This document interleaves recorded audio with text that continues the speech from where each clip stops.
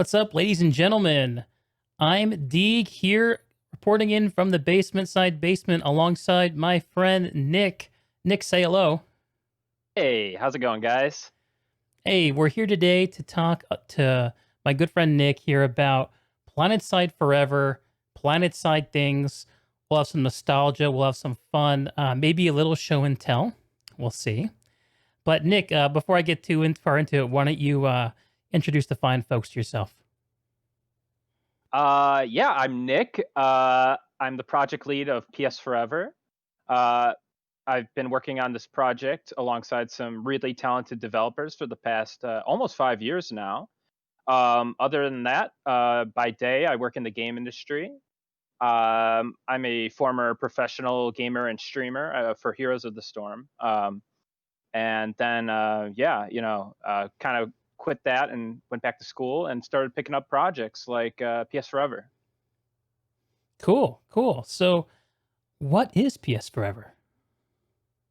Well, PSForever is a fan-made, not-for-profit Planetside 1 emulation project. So obviously Planetside 1 being the predecessor to Planetside 2, the only game out there where you can have huge battles, like massive MMO FPS battles.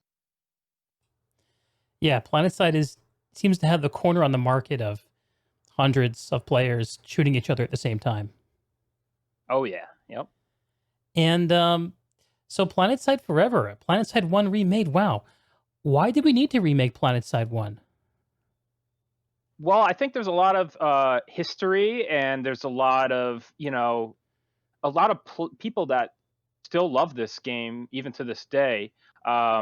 It was a game that, you know, it got shut down in 2016, and people were just not ready to give it up yet. People still wanted to play this game. So, first and foremost, it's the preservation of PlanetSide 1 and its unique gameplay, so people can keep playing it. That's kind of the main thing, but it's also to preserve that unique gameplay that you can't see in any other games, including I mean, obviously you see elements of it in PlanetSide 2, but Right.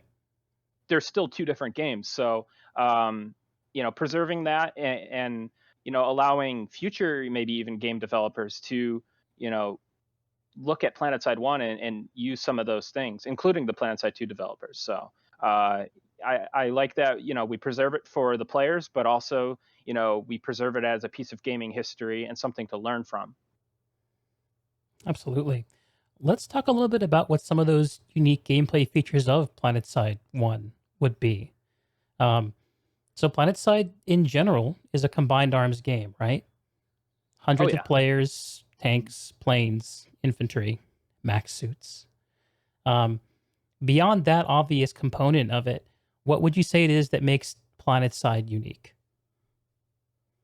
Well, obviously, you have the high player count, which is probably the most unique thing to the genre. There isn't any game out there where you can do, hundreds of players in an FPS map. You have your 32 versus 32, your 64 versus 64. Maybe you've got, some, that size, but you never have that high player count. Mhm. So, but obviously that's not only unique to PlanetSide 1, PlanetSide 2 also has that.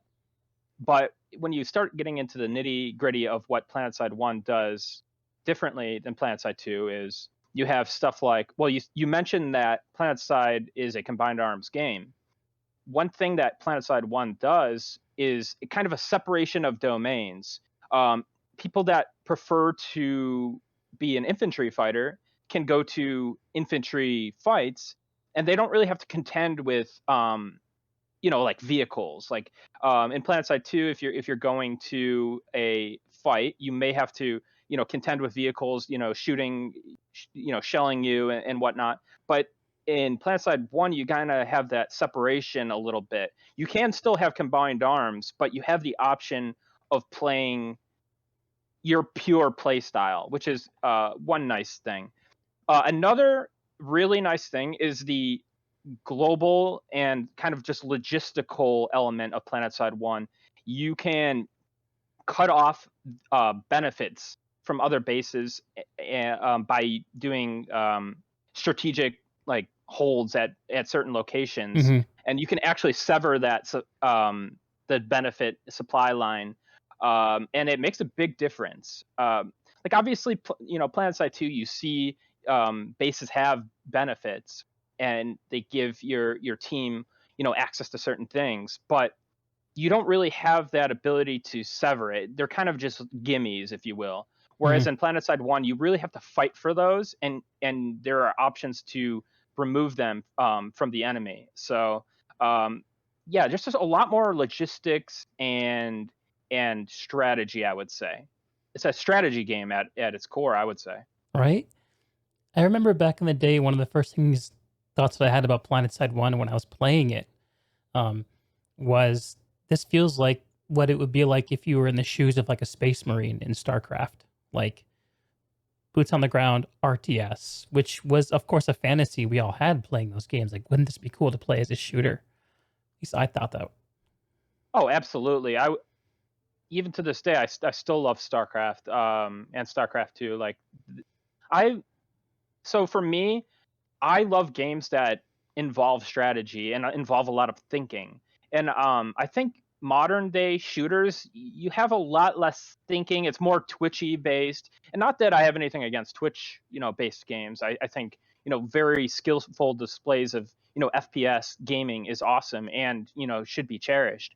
But I think the really nice thing about PlanetSide 1 is it didn't take that overly serious. It almost like it's an arcadey, almost brawler kind of game in the combat, Hmm. but the strategy that you can employ is really unique and just something I really enjoy.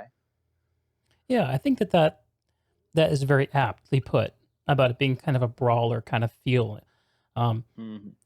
there are, without getting too deep into it, just contrasting like loading up a lightning in PlanetSide 1, which is a small one man tank, versus doing the same thing in PlanetSide 2. PlanetSide 1, your choice is, do I pull a lightning or not? But with PlanetSide 2, you have to choose what kind of guns you're going to use. You have to choose what kinds of body, what kinds of frame. There's all these choices you get to make. It goes deep, right? But then how you use these things is kind of like, am I fighting infantry? Am I fighting air? You aren't thinking about how do I move the map necessarily. It's what experience do I want to have in the fight that's in front of me. Whereas with PlanetSide 1, it always felt like I could make a choice to move the map, or me and my small group of friends could do so. And here is my deck of cards, my array of options that I have. I could do this, this, this, or this. And it wasn't about making each of those options a playstyle you could drill into for thousands of hours, but it was about the player piloting all those options.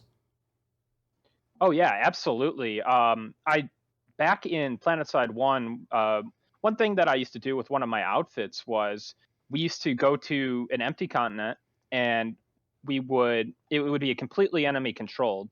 And that's one aspect of PlanetSide 1 that never made it to PlanetSide 2 is Hmm. the fact that it's a pure persistent world, as opposed to kind of pseudo persistence, Right. where PlanetSide 2 has like a continent rotation, whereas PlanetSide 1, you literally can go to the enemy continent, break, kind of do an espionage, secret undercover mission, and start, trying to take control of this base. So one thing we would do, we would just mine the entire base.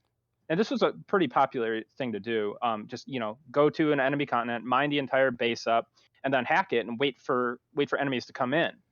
But we would specifically use the BFR, the anti-aircraft BFR, along supported with little AAA maxes as well. And when the people would fly in to come rapid resecure Uh-huh. the base, you have all this AA ready, and the AA BFR was just like the cherry on top, basically. So like, yeah, it's just really deliberate things that you do to affect strategy. Was super super interesting. Yeah. And I love that wide playing board you have of the Planet Side 1. Planet Side 2 has, I think, 4 continents, right? And the way that Planetside 2 is constructed is that if you're playing on a server, they try to spin up one continent so there's enough of a fight for players to have fun. And if there's a lot of players, maybe all four will get spun up. We saw that with some of the recent updates. Oh yeah, Um, yeah. I was on during some of that. Yeah. yeah, and it was hilarious fun. Like it Oh was yeah. really fun to see that game so successful. But Oh yeah. it's they're doing good. yeah, yeah, for sure. And I want to talk more about that too. Um, but it's almost like those continents feel like arenas for about 1,000 players. Whereas in Planetside 1, because continents are never closed, and because you can kind of it wasn't about trying to stay involved in a fight where you were always entertained. It was kind of like about creating your own entertainment using the pieces that were there. And you can go do what you're saying. You can kind of pull up an admittedly somewhat trolly anti-air farm, which is hilarious. Hmm. You could do similar traps with like combat engineering, right? Where you can make Oh it yeah. impossible for infantry. Like let them have a tower, and then make the approach from the tower impossible to get from to the base, right? Hmm. All kinds of cool things and a more strategic focus as opposed to this is a really high fidelity skills based shooter, which is a direction that the game went to with Planetside 2. Um, but yeah, Planetside Yeah. 1 it's very cool that it remains distinct enough from Planetside. The Planetsides remain distinct enough from each other that they feel different. Um, and I was so my own involvement with this is I learned about your project, the project that you're working on. Obviously, loads of people involved Oh last yeah. year, and I just jumped into a Reaver and flew around Sicer for like an hour, and just like had a little nostalgia-gasm. I tried to walk up Mount Hassan with Surge. I really thought I was going to be able to get up. Not Mount Hassan, Mount Sicer. What's that? Does that mountain have a name? I think most people call it Mount Sisor. Mount Yeah, I Mount don't think it Sicer. actually has a real name in the lore or anything like that. But most people just call it like Mount Sisor, I think. Right. Anyway, it probably is possible, but I couldn't pull it off. I was really bummed because you're just walking up the side for like 5 minutes, 10 minutes, making like an inch a minute, and then you get to a point where it's like "Meow," back down. You go. "Ugh." Hey, we'll have to fix that up for you so you can you can scale the mountain. That's right. I will summit Mount Sicer. Hmm. But then this year, I saw your guys' anniversary event, and I used that as an excuse to be like, man, I want to get back into this. And um, it's interesting. I feel like there's a broader phenomenon of like with everyone being a little bit more indoors than they have been maybe previously because of all the lockdown and the global situation we're all dealing with. Hmm. A lot of people are turning more towards these games and gaming communities to maintain social connectivity. And it's been cool seeing a few old titles. And for me, Planetside 1 was one of those old titles I immediately thought of to be like, yes, like I want to feel this again and I want to be connected again using this game. And I played the anniversary event, which I guess was about a week and a half ago, I think. Yeah, it's about that now. Yeah. And that was amazing. It was really cool to see like what wasn't the number of players that were online at its peak? Uh, I want to say that we were around 75 concurrent at its peak, but over the course of the day, we're talking hundreds of people logged in, which was amazing. The dedication and support from our community and people just coming from Planetside 2, sightseeing and Yeah. checking it out. We had some other Planetside 2 content creators come in. We also had the official Planetside 2 Twitter actually tweet us out about our event Right. and host some of the streams on their channel, which was amazing. Like that was really really gratifying to me that they would even consider doing that. So, but yeah, the support, it's gonna get me emotional. It's been awesome, and yeah. Yeah, it was really cool to see RPG, the devs behind Planetside 2, step up and say, look at this project. This is part of Planetside's history. It is the anniversary. We can't ignore this. Go look at this. And yeah, one of Planetside 2's biggest streamers, Archie TV, props to Archie, jumping in and kind of putting a megaphone on it and getting to see his experience in the game was amazing. um, Yeah. I think is he a Planetside 1 veteran? I can't remember. He is actually, yeah. When Yeah. before he started up his stream on that day, we were just in voice chat talking about it, and I was helping him get set up with different loadouts and whatnot. And he was like, "Oh yeah, I remember this. This was so cool." And he had a blast. Honestly, we ran a couple vehicles together, and Hmm. like he saw, and he was like, "Okay, we're gonna end on the hour." But then he just kept going for a little bit, after the hour, because he was having such fun with it. So Yeah. yeah, it was really nice to see that. Yeah, I think when I hopped on, I was watching you and Archie fly around in the Liberator over the crater of SounourS, Yep, over the fight at Quill, I think it is, an amp station there. yep. Yeah, that was fun. You guys had a Vanguard chasing you around, I think. Yeah, yeah. Well, the one thing that we were doing was we got into a sky guard, and that was probably our best run. Man, just the vehicle play in Planetside One. Okay, so to establish something for the Planetside Two guys, the vehicles in Planetside One are very durable compared to Planetside Two. So, like how I was saying earlier, that the game is kind of like a brawler of sorts. Like having that TTK higher, Yeah. it makes for a lot of more interesting gameplay, because you're able to like sustain in the fight. You get to, like, it's not like, oh, I'm driving around, boom, dead, right? Hmm. Like, it's kind of like this ongoing thing. And you get to just experience and enjoy being in this huge chaos going on, and you don't like instantly die. Yeah. I you know I and same with the infantry fighting too. That aspect is really nice, that you can kind of just sustain in the fights, and you're just going down this mad rush with all these other people, and it's so glorious. Hmm. Yeah, Mm. I really like that component of of PS1 when compared to not just PlanetSide 2, but a lot of other modern shooters, which go into a Oh yeah. very twitchy, very aim centric, fast TTK. With the lower TTK, like you said, there's room for more ebb and flow in the engagements. You can run over a few tank mines, and it's like, oh, I better go repair, as opposed to, oh, I better respawn.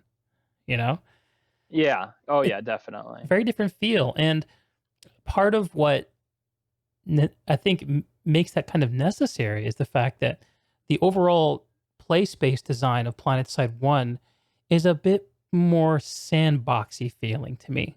Most bases have more space between them, I feel like, and I think you need a pretty high critical mass of players to really experience what it was like back in the day to have those sprawling vehicle combined arms battles that would spread out between multiple bases at a time. Like think Mhm. about on Sicer, right? Ganuku, the dropship center at the center of the continent, right on that island.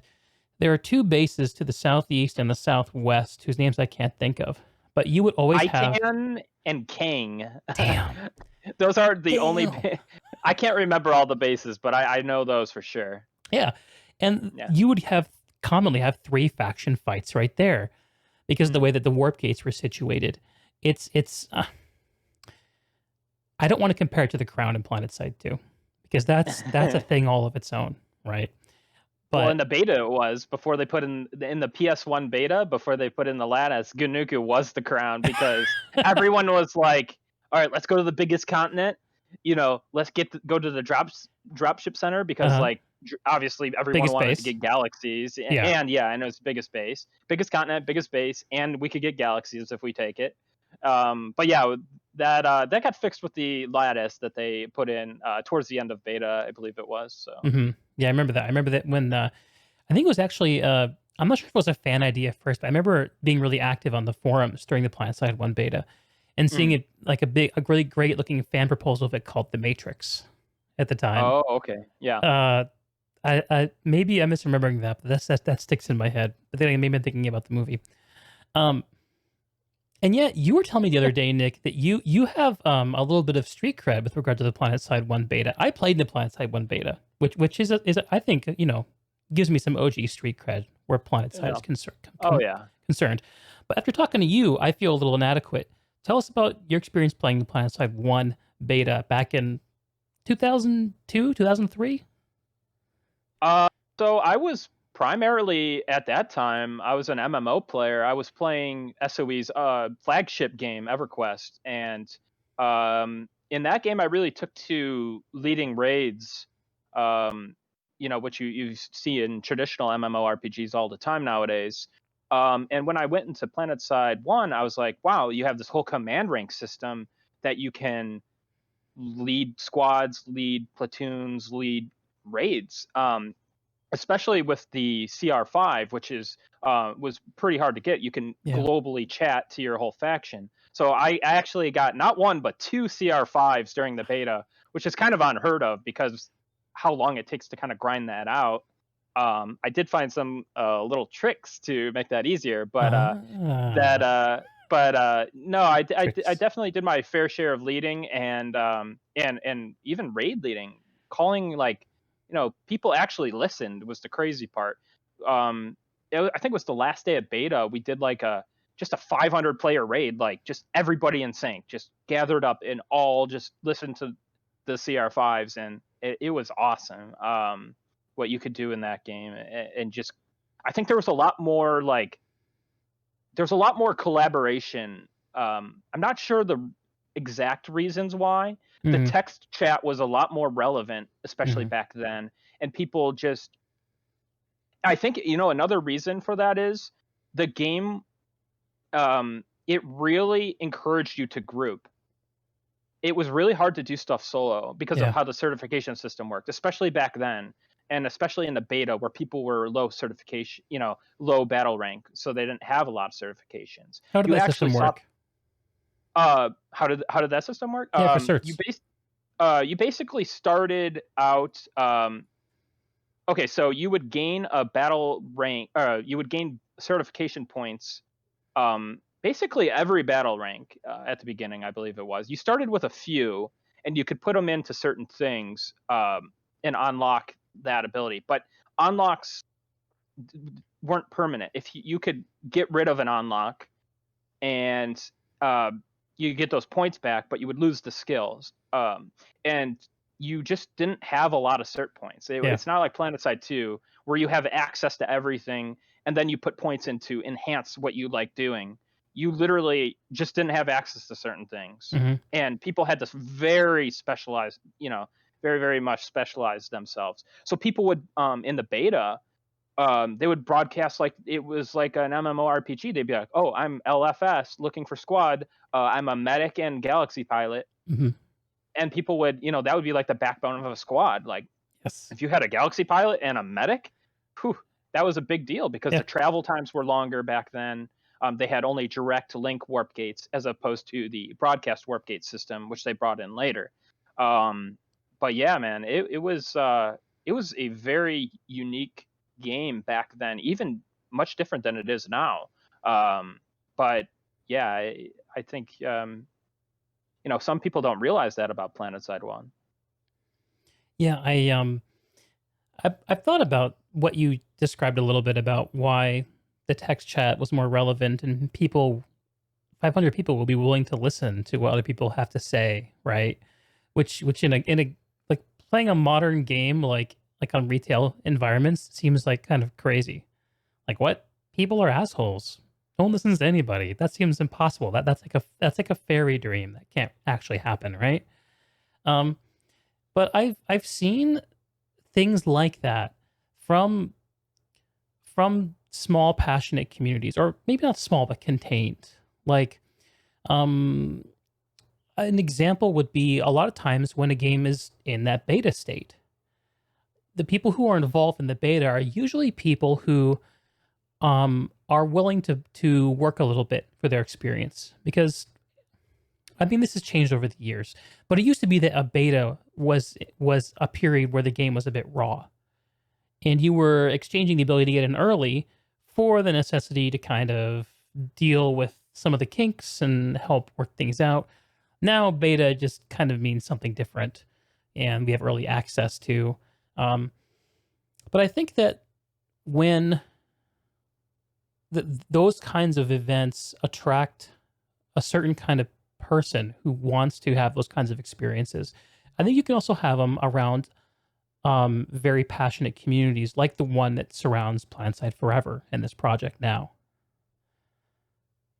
Oh yeah, definitely. Yeah, I would agree with that sentiment. Although I would say it's not only that gamers have changed, because I feel like there's still a lot of people that want that kind of game, but I also feel like the game developers have changed a Mhm. lot. They are making games that are accessible, extreme amounts of streamlining, and just very solo friendly. And like I was saying before, Planetside 1, especially its roots, had a lot of ties with that, you know, classic MMO style. Look at World of Warcraft Classic. That was absolutely huge, and people love it because it's a hard. You need friends, you need social bonds. It's an MMO, as opposed to World of Warcraft, the modern version, where it's you can do everything you want really by yourself. You have this looking for group thing. It automatically places you in groups. It automatically teleports you to the dungeon.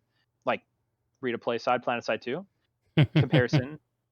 Planetside 1 is like a WoW classic, whereas Planetside 2 is kind of like a modern MMO. It's modern WoW. So Yeah. I definitely agree with you on the mentality though, but I do think that there's still gamers out there that want that kind of game. It's just that they're not getting those kind of games as frequently. Do you think that that type of gamer, um, my sense of it is that over the last, let's just say 20 years, because that's, roughly when Planetside 1 came out 17 years ago, right? My observation has been that the global audience of video game consumers has ballooned tremendously, right? The Oh, number of absolutely. the kind of person who might be get involved in playing a game is the average person is much different than the average person who played a game in the early 2000s. If you were playing a video game online on a computer in the early 2000s, you were a nerd, right? Yep. I mean, it's Yeah, pretty because, much. and I heard a really great definition of the word nerd recently, and I can't remember where. I wish I could credit it. But the idea of a nerd is someone who's willing to put effort into something they enjoy, as opposed to just someone who wants to passively enjoy something, right? Like That's a fair assessment. a nerd is someone who will watch a TV show and think about it and post on forums about it and talk to their friends about it. Whereas someone who just watches the show and then puts it down for the next one is not a nerd. And I think that the Hmm. nerd audience of video gamers is much more niche now.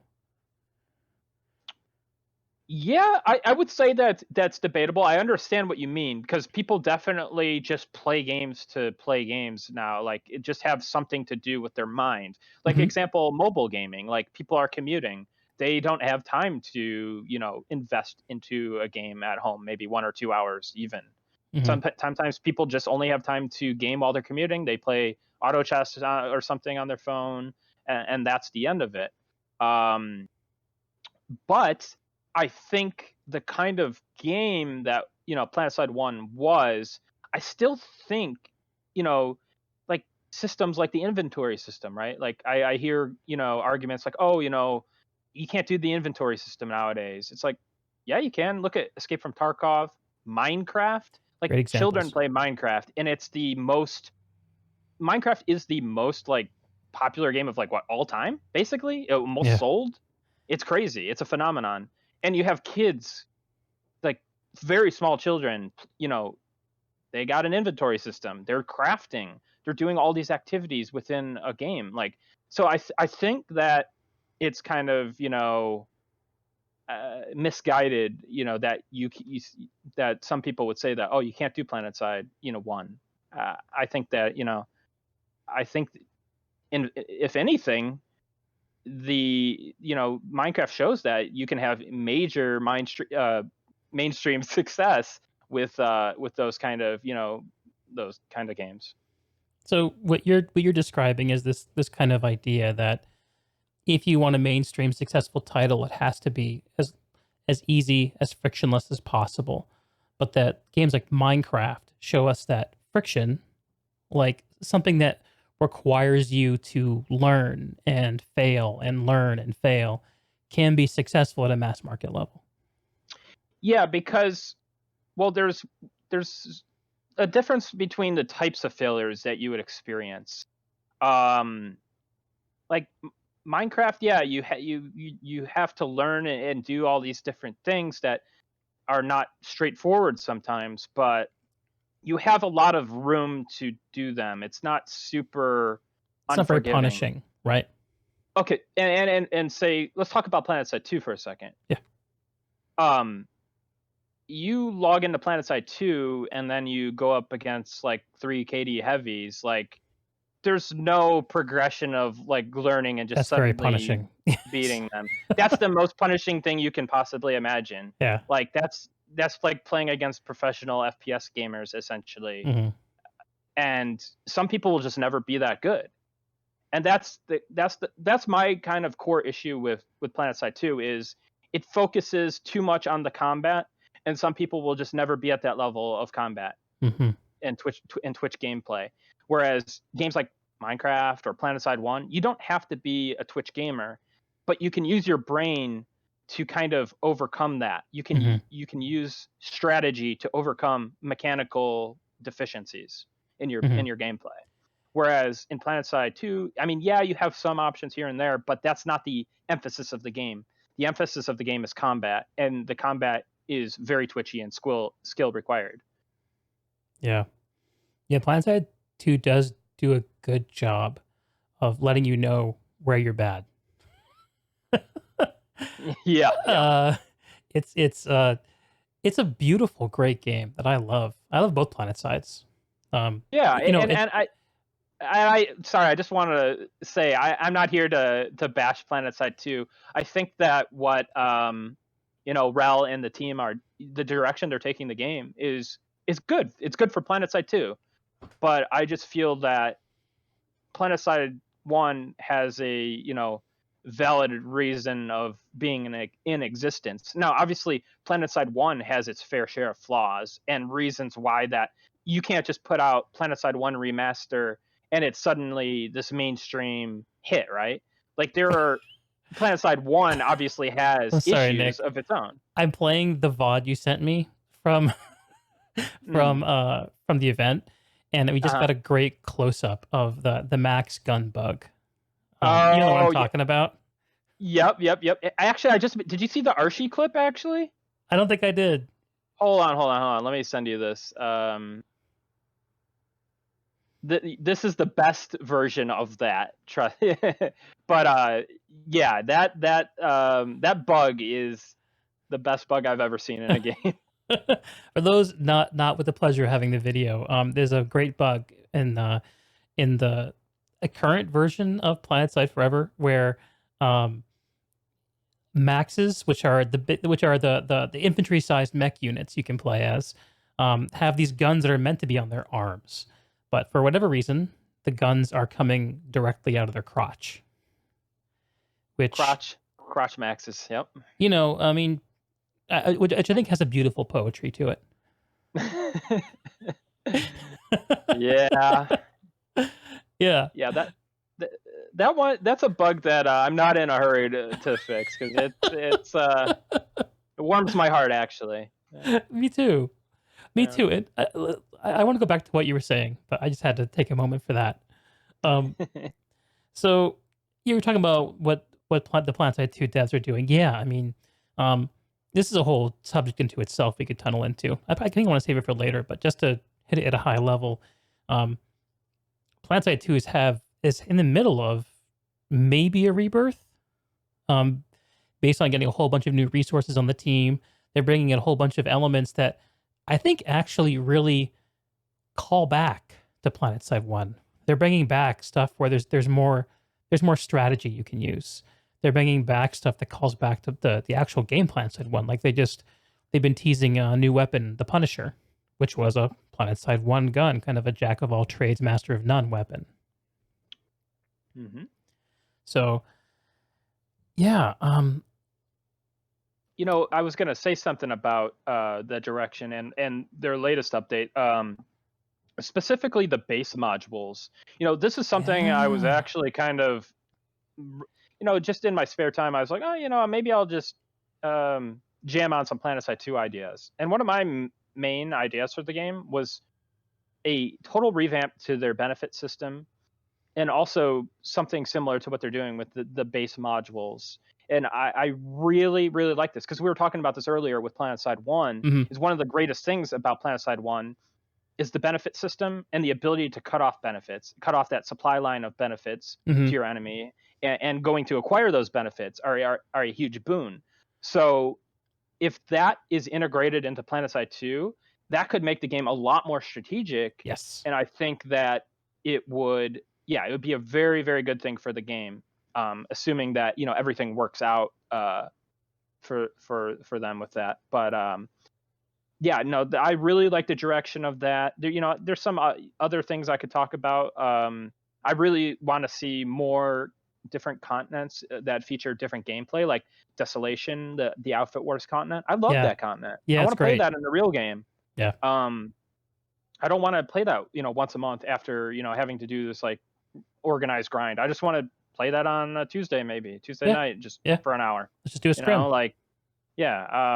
I want to be able to play that in the main game. But yeah, no, I really like the direction. It's just like, when it comes down to it, I love the direction, but the core foundation and the core structure of the entire game is what bugs me about it. It's not any fault of RPG and their current team, because they're doing, like I said, they're doing the best they can, and they're doing a great job with it.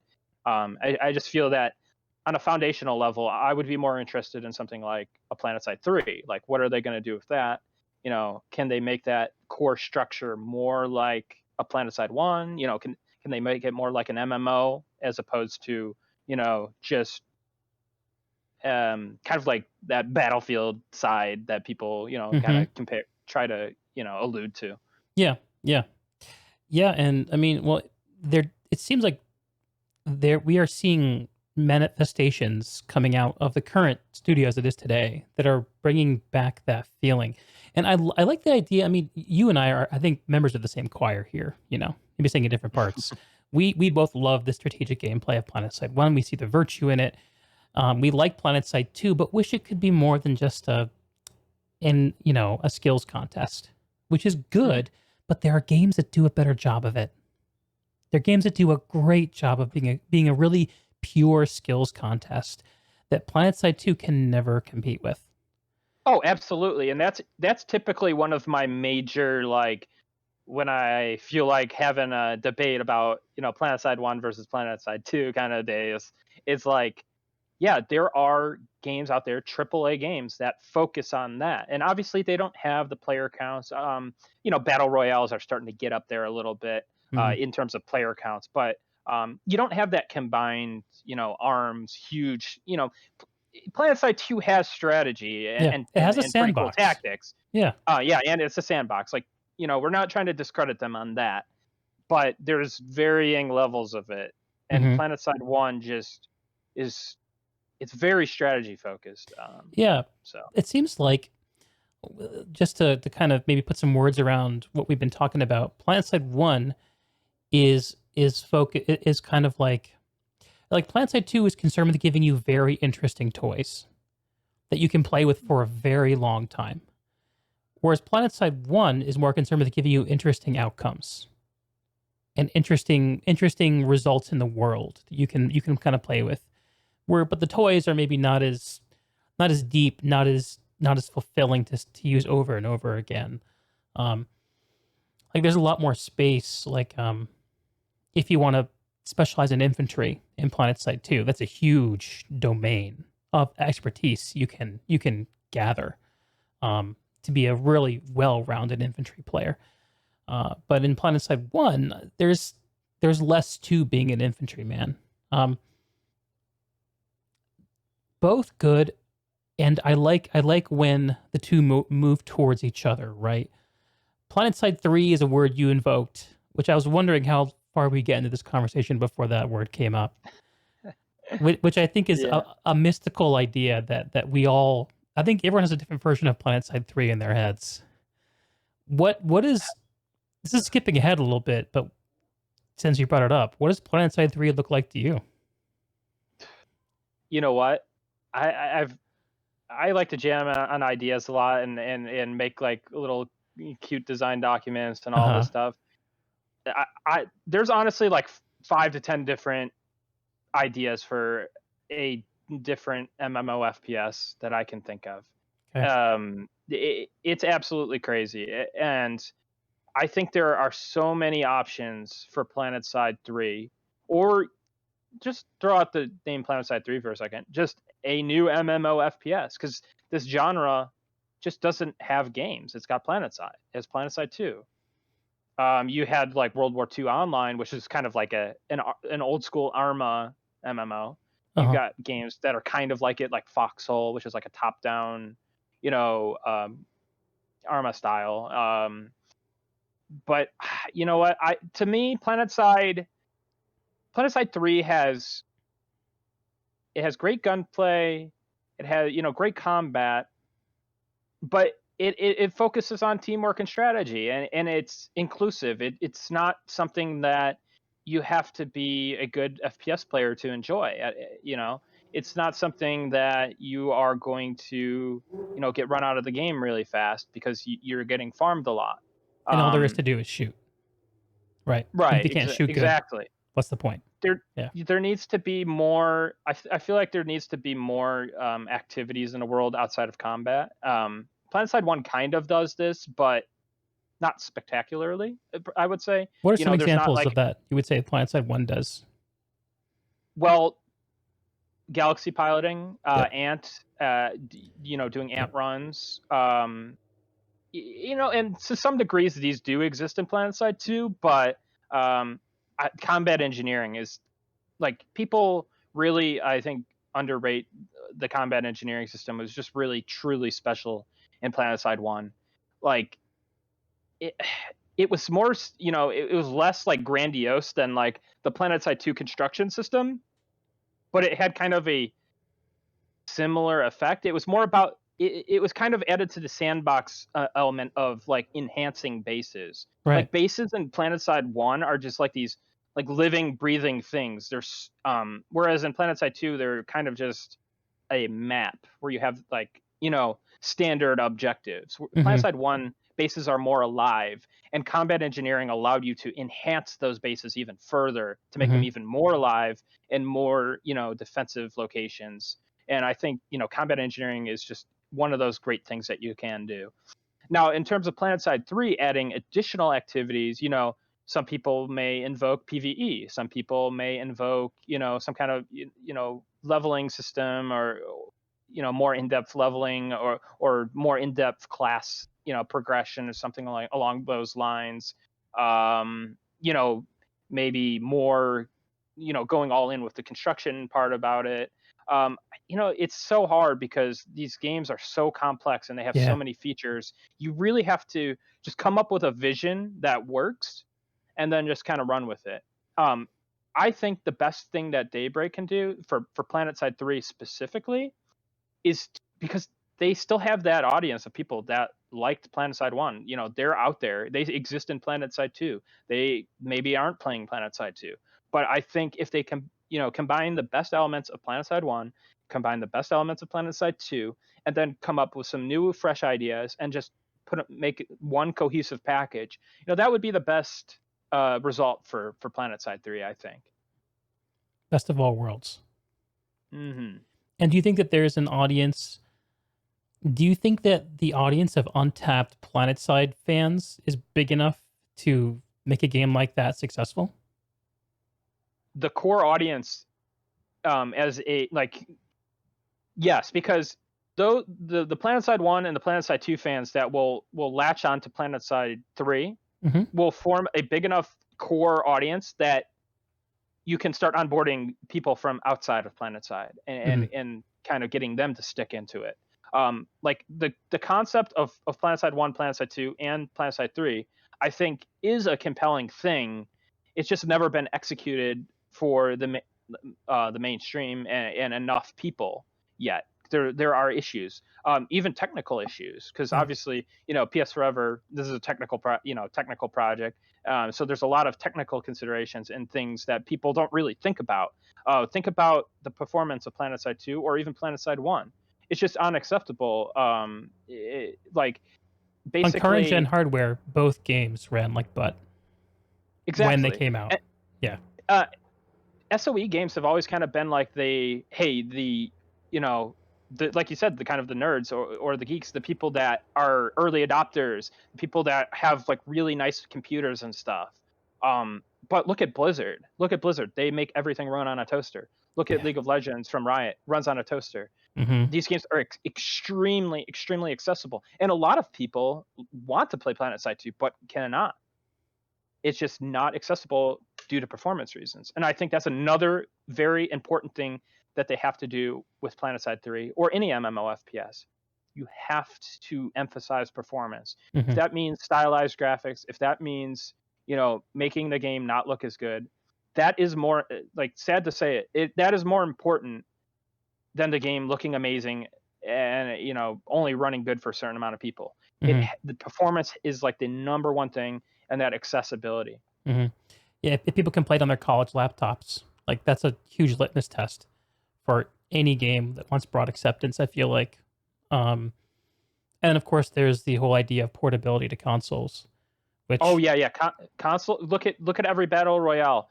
Well, look at Fortnite. Fortnite is like crossplay with like mobile, PC, console, like the yeah, works. it's bonkers. And if you and think about that, like, yeah, it might not be good for like a competitive FPS landscape or whatever, but if you integrate a lot of the things that we were talking about, like Hmm. with more strategy and non-combat roles, Hmm. then that doesn't matter as much. That's mitigated a lot. So That's a maybe really good you're point.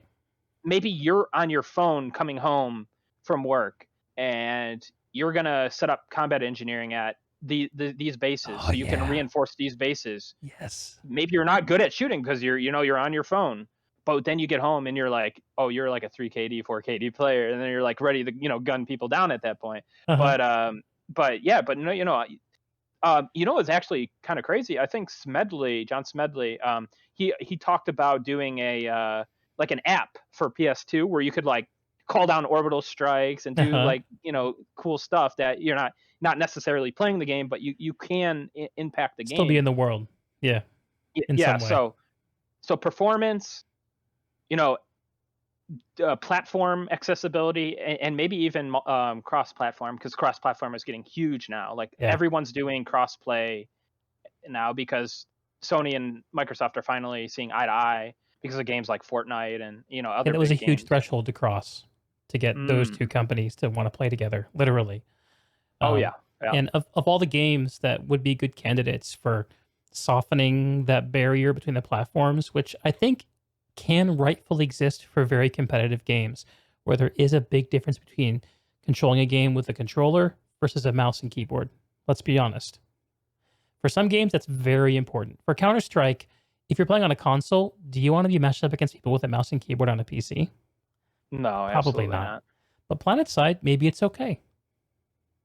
Right? Yeah, it depends on the kind of game. It depends on game design, really. Yeah. Maybe you can make that fun. Maybe that could be part of it to make it fun. Or you Yeah, tailor the Twitch part of the game towards the PC client and actually yeah, make a yeah. slightly different game where you're in the same world, but you do different things for the console crowd. Like, that's really kind of interesting to me. I'm not sure what that Well, would look well, like, but you got the idea up with mobile, having a mobile app. Why not have a console app too? oh yeah, yeah, that could be cool. One thing I was thinking about too, with the design of things, like, dude, my friend, God bless him, he's a casual kind of player, and he started casually streaming, and he's always been a console guy, Uh, but he he bought a PC recently, and he was playing Overwatch with a controller on PC, and I was just like, ooh, wait, what? But he was playing Lucio. He was playing a support class. yeah, And think yes, about PlanetSide 2. Yeah, you have the medic, but is medic really a support class? I think a lot of people play medic to kill people. not really. Y- Everything in But PlanetSide 2 is a shooting class. But if you look at classes like Mercy in Overwatch, or maybe the Medic in TF2, like you have like these very support centric classes that you can actually enjoy the combat and not have to, have like crazy keyboard mouse, setup Hmm. to, Hmm. so, Yeah, both great so examples yeah, of what you can do without needing the twitch precise mouse movements. yep, absolutely. Hmm. It's getting me thinking. I like where this is going. Planetside 3 Yep. is taking shape in my mind. Yeah. There's some ideas, and not everyone will agree with them. And sometimes just having a conversation, people will be like, "Oh, well, that doesn't actually sound that good." It just all has to come together and make sense for the context of the game and what you're trying to make. Yeah, you can spew out ideas all day, but in the end, it has to come down to one coherent gameplay experience that everyone can enjoy. So. Right. And agree on that they want to be in together. Um, Hmm.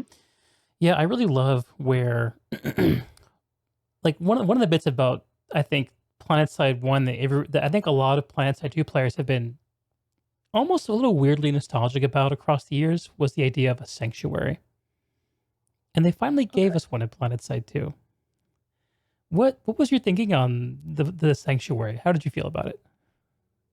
You know what? I think it's a good start, but okay, it's a foundation, right? They have it in the game, Mhm. but I feel like there's a lot more they need to do with it, specifically regarding the new player experience and teaching people how to redeploy. Planetside 2, redeploy is very convenient, but you're literally putting newbies into this open world game and not really explaining that redeploy is the gameplay loop. Mhm. So Yes. you have people wandering around. They don't know. They're like, oh, why am I running for 30 minutes and not finding any fighting? It's like, well, did you press U? Did Mhm. you press the U button? And the game tutorial never explained that. There's a vague UI element that pops up. I actually think if they want to stay with the redeploy, and I think they probably should, they should consider an auto redeploy system. I, Hmm. I actually think that they should consider auto redeploy system, and obviously let veterans opt out of that. Right. That's fine. Kinda like But auto if you're squad. just like this, yeah, if you're just this newbie, there should be like it should be like, okay, the fighting has ended here, the population has greatly dropped, you know, then there's some conditional logic happening that like, okay, we need to have these new players automatically redeploy and go to, and then automatically send them to good Mhm. fights. Um, Like after a fight ends, rogue, like your voice is redeploying in 20 seconds, and then a yep, little prompt that exactly. says press U to cancel, something like that. So as convenient as redeploy is, it's still convoluted to people that have never played Planetside before. Mhm. And this isn't like a you know skill thing. Like, this is a knowledge thing. You could be the best FPS player in the world, but still like be lost. You know what I Yeah. mean? Like that there are nuances to Planetside 2. They're not you know explained correctly, or at all, and they're just they take time to pick up, and some people will put the game down before they ever get a chance to Before it ever figure gets that good. out. Yep. And even me, somebody who knows the game, I still find it convoluted to have to do that all the time. I feel like that, and part of it is down to so this is like the differences between Planetside 1 and Planetside 2 is the base captures happen so much more quickly in Planetside 2. You're bouncing back between the same bases over and over and over and over again. So Mhm. this is something that players have to contend with a lot, especially new players, and they're just confused. Like, why am Yeah. I always changing fights? There's a Why very high premium on pinging around from fight to fight in Planetside 2, and the most effective outfits are moving all over the place. You know, Yep. like you might fight at 30 different bases in an hour or 30 different places in an hour if you're a serious quick redeploy outfit. Yeah. Oh yeah. And whereas in Planetside 1, you hit instant action, you're at the fight, or you're at a Mhm. fight, Yeah. and you're there for a while. It's not like this, convoluted, like I'm constantly changing fights. Yeah. Well, You're actually at the fight, and you don't have to worry about that. PlanetSide 1 had the 15-minute base cap timer, right? So once you even Yep. make it to the CC, which could take you 15, 30, 45 minutes, you could be fighting there until the base loses power and trying to prevent the faction who's under siege inside this base from flying in an ant in a lodestar to resupply the base. I love that element of Planetside 1. I love those fighting against losing power fights where you're watching for those to come in. And but the gameplay loop of Planetside 1 is much more base focused, right? You might play for one great base capture. Whereas in Planetside 2, everything's so fast that they have to give you some other meta gameplay loop, and that ended up being alerts, right? Yeah, Which close the exactly. continent, move the fight. So instead of having a kind of game board where there are reasons to move around on your own, I use that metaphor a lot. Sorry. Hopefully it makes sense to people. Um, you have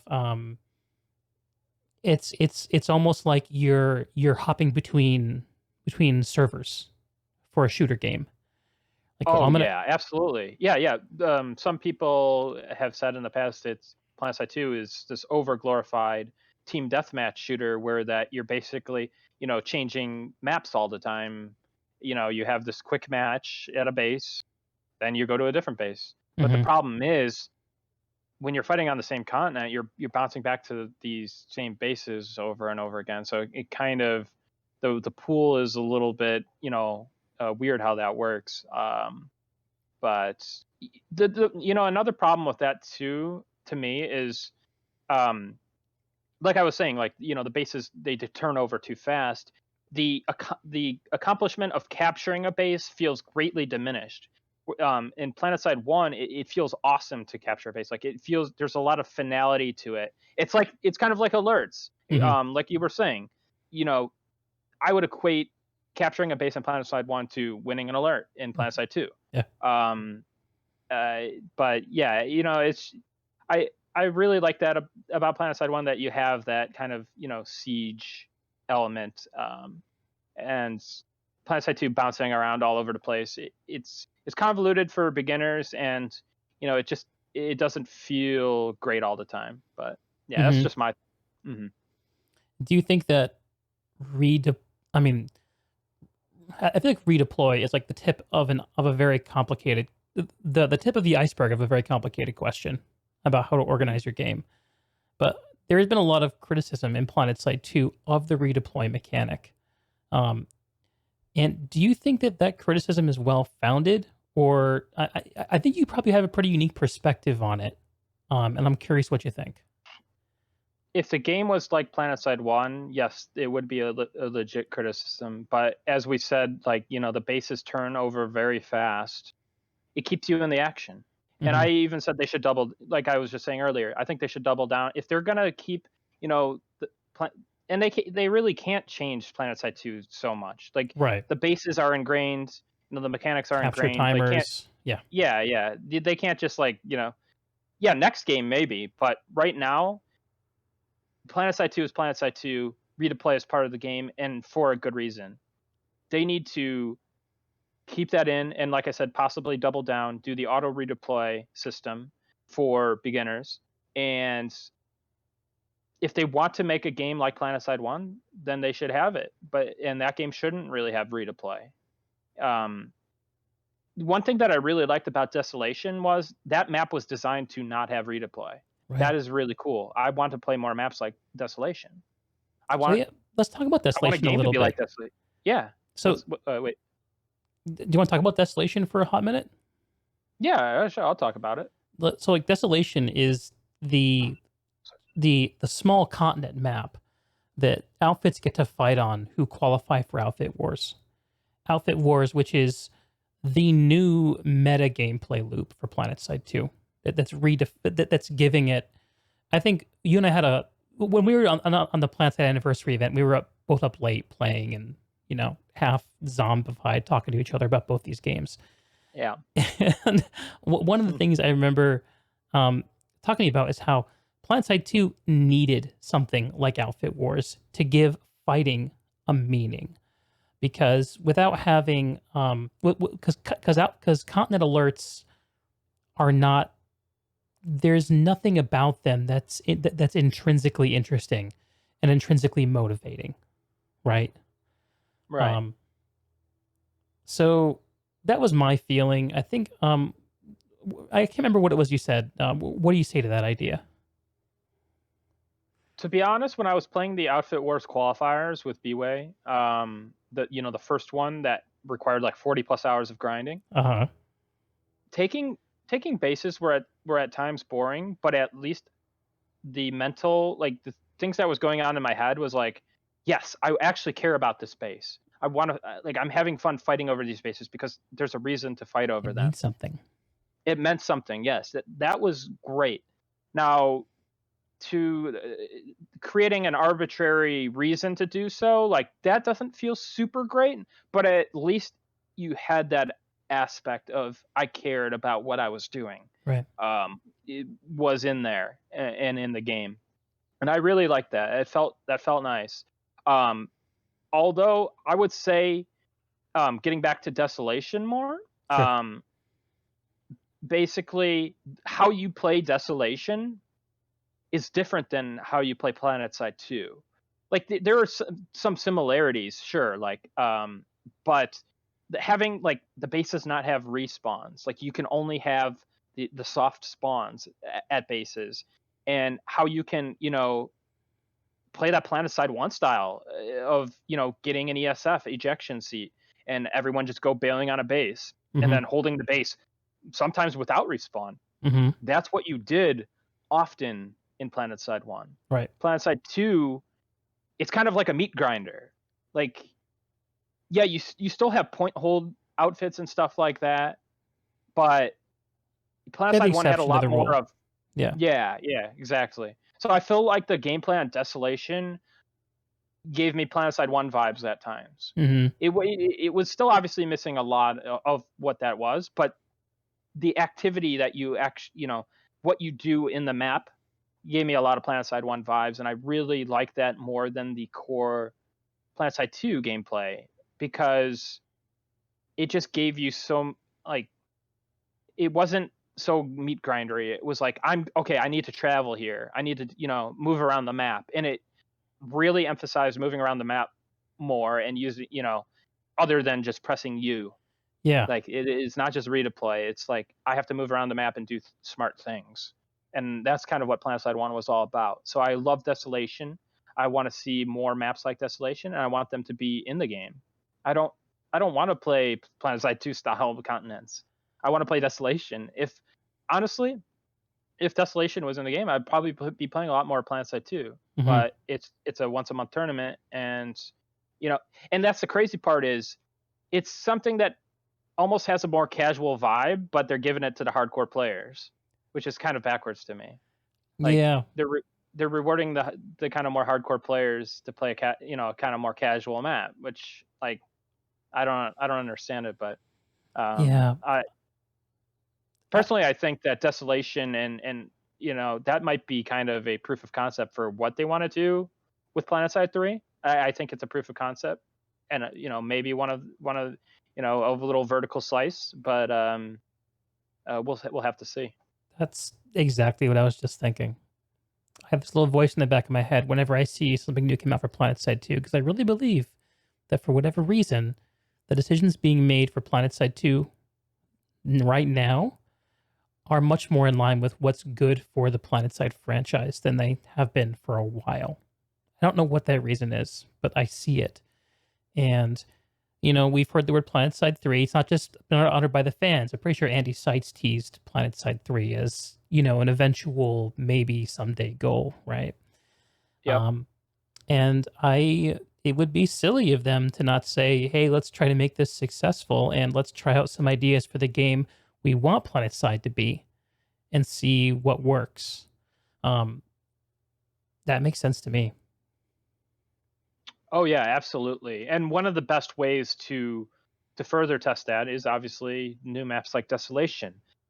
We were talking about earlier how about Redeploy. Like, no, we don't. I don't think they should take out Redeploy because it's so critical to how PlanetSide 2 maps play out right now. Hmm. But Desolation doesn't even have it, and it's Hmm. not needed. Now they're able to really get an idea of more of what PlanetSide 3 can be by making these kinds of maps, because they don't have to. They're not beholden to everything that's already on the PlanetSide 2 maps that they really can't change without doing a huge painstaking effort. So I want to see them just try new maps, and I want to see the community get their hands on them. I don't want them to be locked behind outfit wars. Yeah. Yeah. I think that, and this might just be a PlanetSide 2 right now problem. There's always a risk. And I definitely feel like I've heard Rel and maybe some of the other devs who have been out there in the public speak to this risk of pulling people out of the PlanetSide 2 sandbox. That is the basic day-to-day continent play, where PlanetSide 2, PlanetSide is a game that's kind of made to be played with thousands of players. And even though there's a really great 150 man continent you can play on, if they open up the doors for everyone to play that way, maybe PlanetSide has an identity issue at that point. I don't know. Um, in any case, though, I think that the design ideas in Desolation, I think exactly what you do. That there are some really cool design ideas that give me those throwback vibes, and I would love to see a big PlanetSide continent with some of those employed. Oh yeah, absolutely. That's definitely what I want to see too. Is Yeah, do a full size Desolation. See yeah, how that works. let's get Uh, Cerution in PlanetSide too. Use it there. You know, here's a good question for you. What PlanetSide 1 content would you bring into continent would you bring into PlanetSide 2 if you could? That's not there right now. I would probably go with Sicer due to its size and Yeah. the amount of players that PlanetSide 2 supports. Um, Sicer's just iconic. Yeah. It's got the bridge fights. It's got just the ground fights. Osher is actually the PlanetSide 2 Osher. I think is actually what the layout is similar to Sicer, because it's like a series of big islands together. But PlanetSide 2 then Osher, were going with. is that the project that Rel was working on at one point? Yeah. Basically, the layout is similar to similar to Sicer, but they were Mm-hmm. calling it Osher. Oh, Not sure the reason for that really, but Osher is always getting remade. yeah, exactly. That's probably why. I think people are just nostalgic about Osher, new Osher, old Osher, Mm-hmm. Battle Island, all this stuff. But yeah, no, in terms of, because it's the biggest and a lot of nostalgia, obviously, but also, like I said, the size and the player count that PlanetSide 2 supports is greater than PlanetSide 1, and you're having battles at more places because Mm-hmm. of redeploy and how everything works. Lattice lines, more bases, so you could have like an absolutely epic battle on Sicer, I think, Mm-hmm. on PlanetSide 2. Yeah. Sicer is a great continent. It's always the one I'm most nostalgic about. Um, the bridge fights, hopping in a mag rider, going over the water. Although Yeah. PlanetSide 2, I think doesn't much like water that as a that mechanic. wouldn't do so well for the Mag Rider driver on PlanetSide 2, but Yet another problem to solve. Well, I mean, dude, I feel like I could talk PlanetSide and PlanetSide 2 with you for hours. But I feel like we've been talking for a little while, and we should pull back to talk a little bit more about the project oh yeah, and about absolutely. how it's organized, who's involved. We want to give proper props to the people that are working hard on it. So, tell us about what it's like to. Well, how about this? When did you get involved with the PSForever project? I got involved in the project in January 2016. So the project founder and the initial project lead, Cord, was the mastermind behind this. He's the brains, behind this whole project. And if it weren't for Cord, we wouldn't have a project. Planetside 1 would be dead forever, without a doubt. So basically, in July 2015, he first posted on Planetside Universe, the old, big Planetside fan site, about an emulator that he was, code name was PSMU, PS emulator, and he was talking about that. And then a couple months later, fast forward to October 2015, he announced the project is going to be called PSForever, and he released the game launcher and the packet capture utility. So Hmm. what the game launcher did was allow us to launch the game, bypass the official SOE or Daybreak launcher, but it also allowed people to see output from the game, which was useful, obviously, in the project, but also the packet capture utility. So packets are basically data that's sent between the client and the server. And without that data, it would have been basically impossible to reverse engineer, what Planetside 1 did and program the PSForever server. So getting that out to the community allowed us to preserve Planetside 1 basically in that form of data. And Wow, now I didn't know it was the like. And how much time between that then and when PlanetSide 1 shut off? so okay, so I actually made up a little kind of timeline for you. So I'll talk. So we're in 2015. Planetside 1 shut down in July 2016. Right. So between then, a lot of stuff happened. Okay. I came to the project. I would say I started playing Planetside 1 again in late 2015, October or November, about around the time that Cord, announced the emulator. And I was like, oh wow, this is going to be fantastic. Like a Planetside 1 emulator. I had been waiting for this for years because I had been a huge player of EverQuest emulators and other emulators, World of Warcraft emulators, what have you. So I always found that cool because there's so much you can do with emulators. And so January, I actually first reached out to Cord and I was like, hey, I have some concerns like about, how moderation is handled. Maybe I can jump in and help you out. So I got involved with the moderation initially, and then I also created the PSForever Discord around this time. And then I kind of joined the team.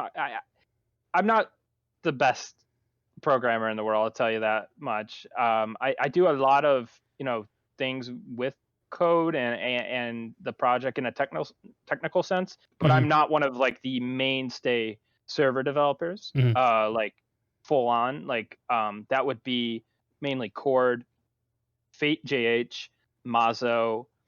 We just added a new developer, Jacob. And then there's also been a bunch of developers in the past that have worked on the project and kind of bowed out at different points.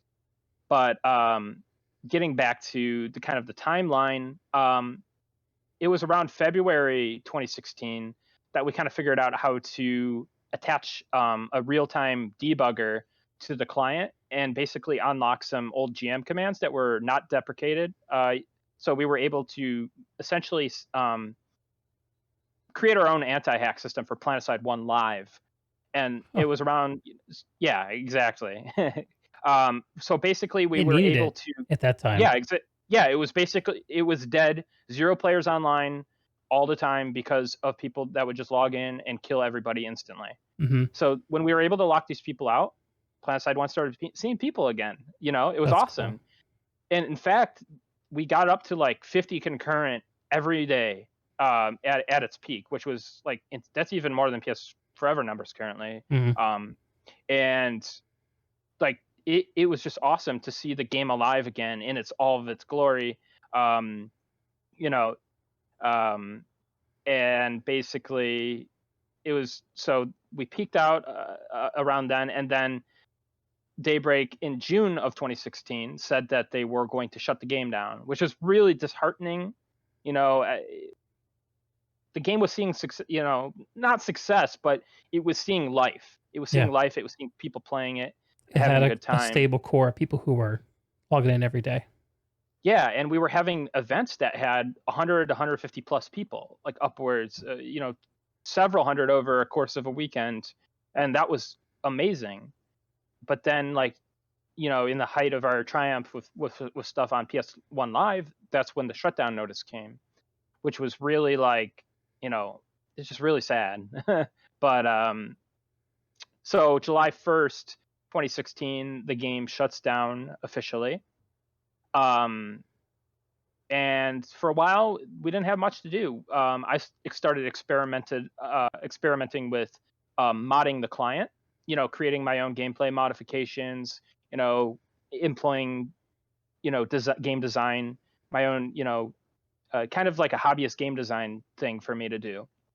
But only um, 2 weeks after the server shut down officially was the first time that the project founder Cord had ever logged into the world with PSForever. Now this was completely like single player at this point, like, and there was nothing working at all. But he was able to get a character into the world, basically created a login server of his own and get into the world and have a world server. So he was able to run around the world. We were able to only run around the VS sanctuary to start, but that was the It's a beginning of it. moment.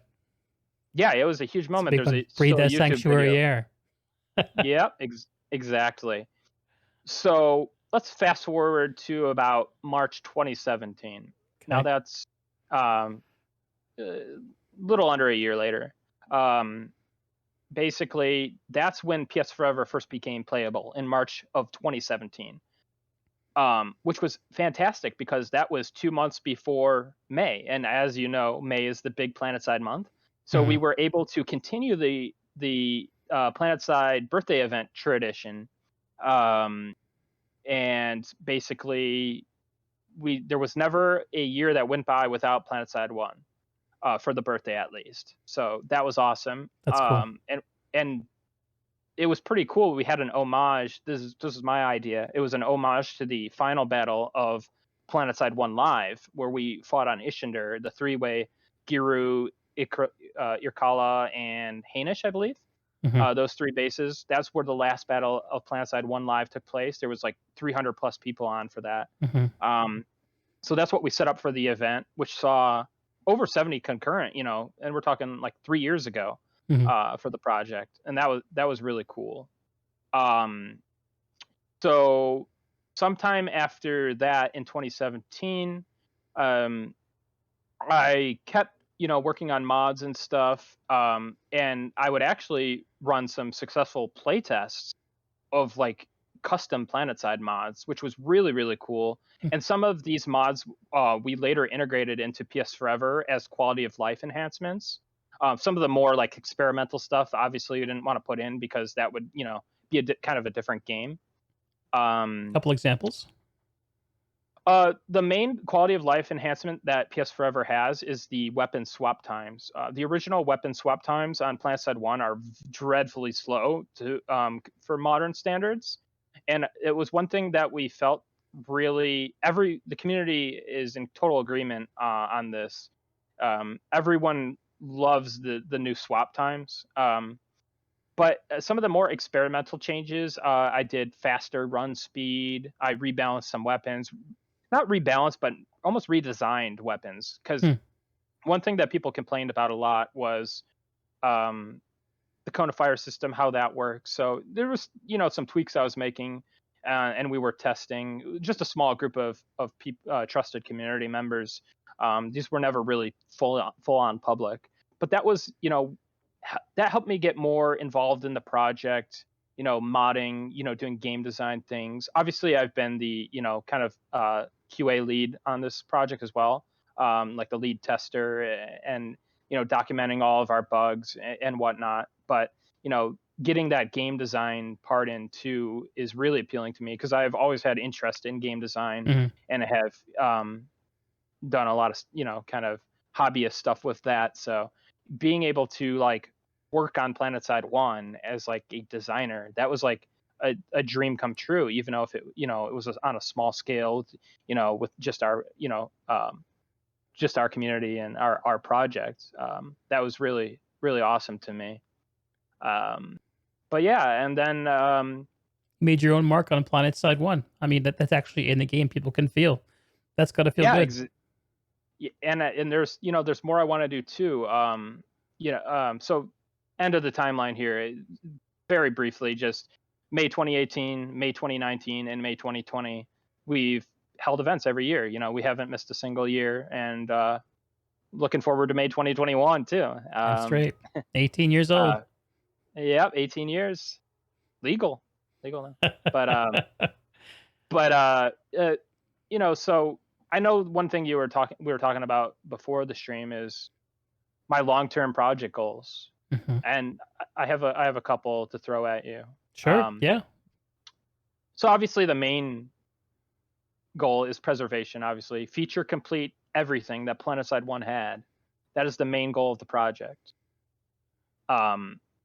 And then another goal is to continue introducing the quality of life enhancements to make the game smooth without changing much gameplay. We don't want to. People want to play Planetside 1. That come to our community. They're here for Planetside 1. I don't want to just try to force feed them into playing something they don't want to play Right. necessarily.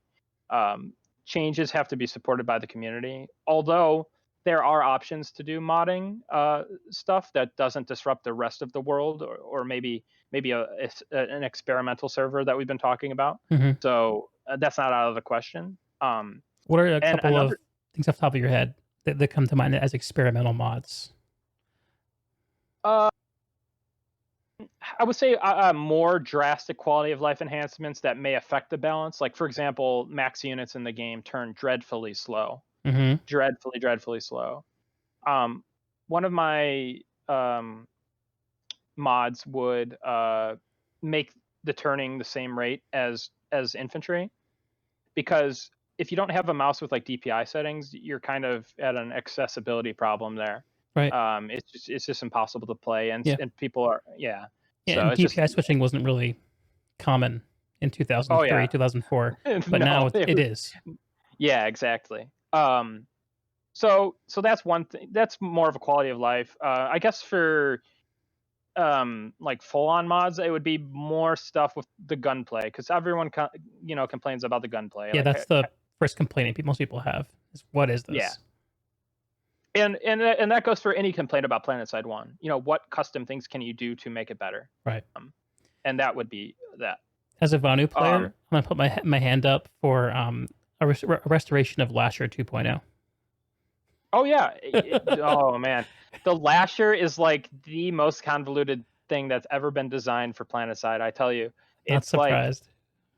so we actually did a balance. That was the only balance change we've ever actually done on PS Forever, um is buff the lasher, because the latest iteration of the lasher from PS1 Live had it just wasn't up to snuff with the others Mhm. at the end.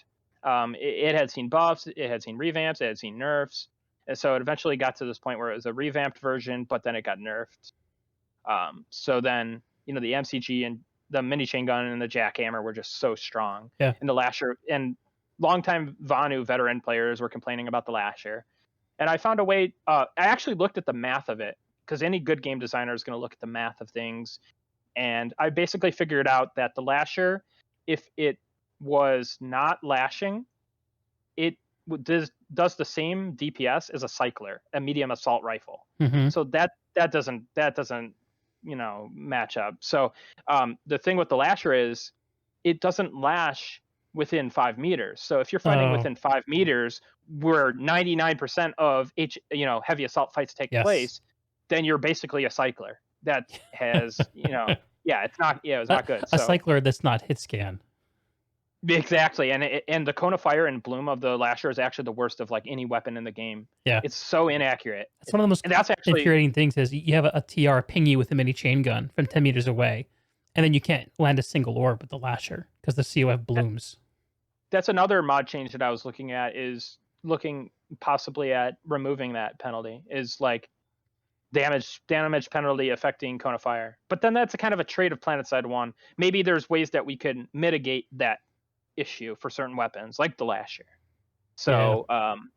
So yeah, that's a tricky one. I love that we're But still yeah, debating Lasher balance in 2020. I know, It does my right? heart good.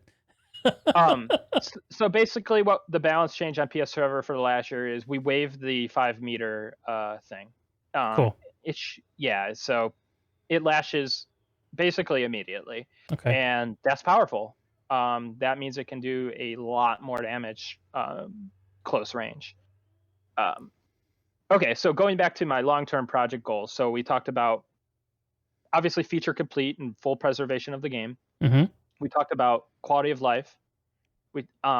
So the third thing, this is something that our community member was just messing with today, believe it or not, is the upscaling of textures. Mm. So a lot of game remake or revival projects are upscaling the textures, making the textures more HD, because like obviously back in 2003 the texture resolution is not that great, but now we can upscale these textures, make implement them into the game, make the game look more crisp. Yeah, then So we dedicated video cards weren't that common in 2003. Like, just to put right. a fine point on it. Whereas now, Mhm. most people are running dedicated video cards with 8 or 16 gigs of RAM on them. Right, VRAM. exactly. Yeah. So we want to make an optional add-on for to upscale the textures of the game.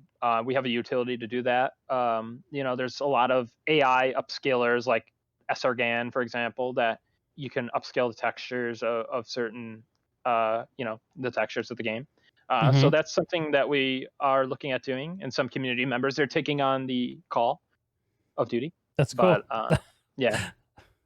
And then this is my pie in the sky one, but actually it's a lot easier than you may think, because I've talked about the client modding stuff. The ultimate project goal for me, after all those things are said and done, I want to make a fan made expansion for Planetside 1. Ooh. I want to make a completely new expansion for the game, new content, balance changes, design changes, whole nine yards. I want to make just a Planetside 1 expansion. That's what I want to do. I've already prototyped adding new content to the game, new vehicles, fully work with the game and PSForever server. It's already been tested Hmm. years ago, Hmm. but we haven't been able to utilize it because the project is still in development. Like, we're still building out the feature complete side of Planetside 1. Right. But it is possible. Now just imagine this: a Planetside 1, upscaled texture, kind of like graphics remaster Hmm. with new content. Hmm. That would be like the dream to me. Like, just yeah, That that sounds is my really long fun. term. Yeah, that's my long term goal. Is after all those other goals are set and done, maybe look at adding to this game, because it's very possible, and I want to be the lead designer of Of that course. That's the whole initiative. point. Yeah, You because That's like I amazing. said, I do a lot of QA stuff. I do a lot of community stuff. I do some design work here and there, but I want to tackle like a design project, Hmm. and I think that would be the thing to do. And I think it gives something, the community to look forward to, and it would bring people back. It'd be like something new to come back to. Yeah. Um, so yeah, that's my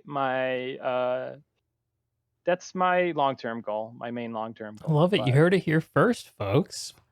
Nick Wuollett teasing Planetside 1 expansion. fan made expansion could be possible. That sounds very interesting to me. I'm sure you don't want to get into too many details when it's probably still mostly conceptual, but is there anything you can tell us about the kind of stuff you like to see in a potential fan made expansion? Maybe stuff New that you haven't already weapons, talked about?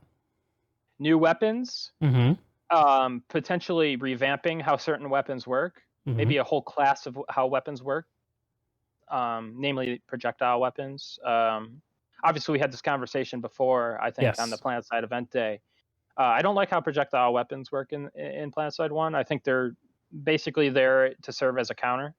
Mm hmm. They obey the conifier system, which is weird for a weapon that is traditionally always accurate, but something that you have to, um, lead your shots with, because it's a slower moving projectile. Mm hmm. So I feel like the projectile weapons are not so rewarding in Planetside 1.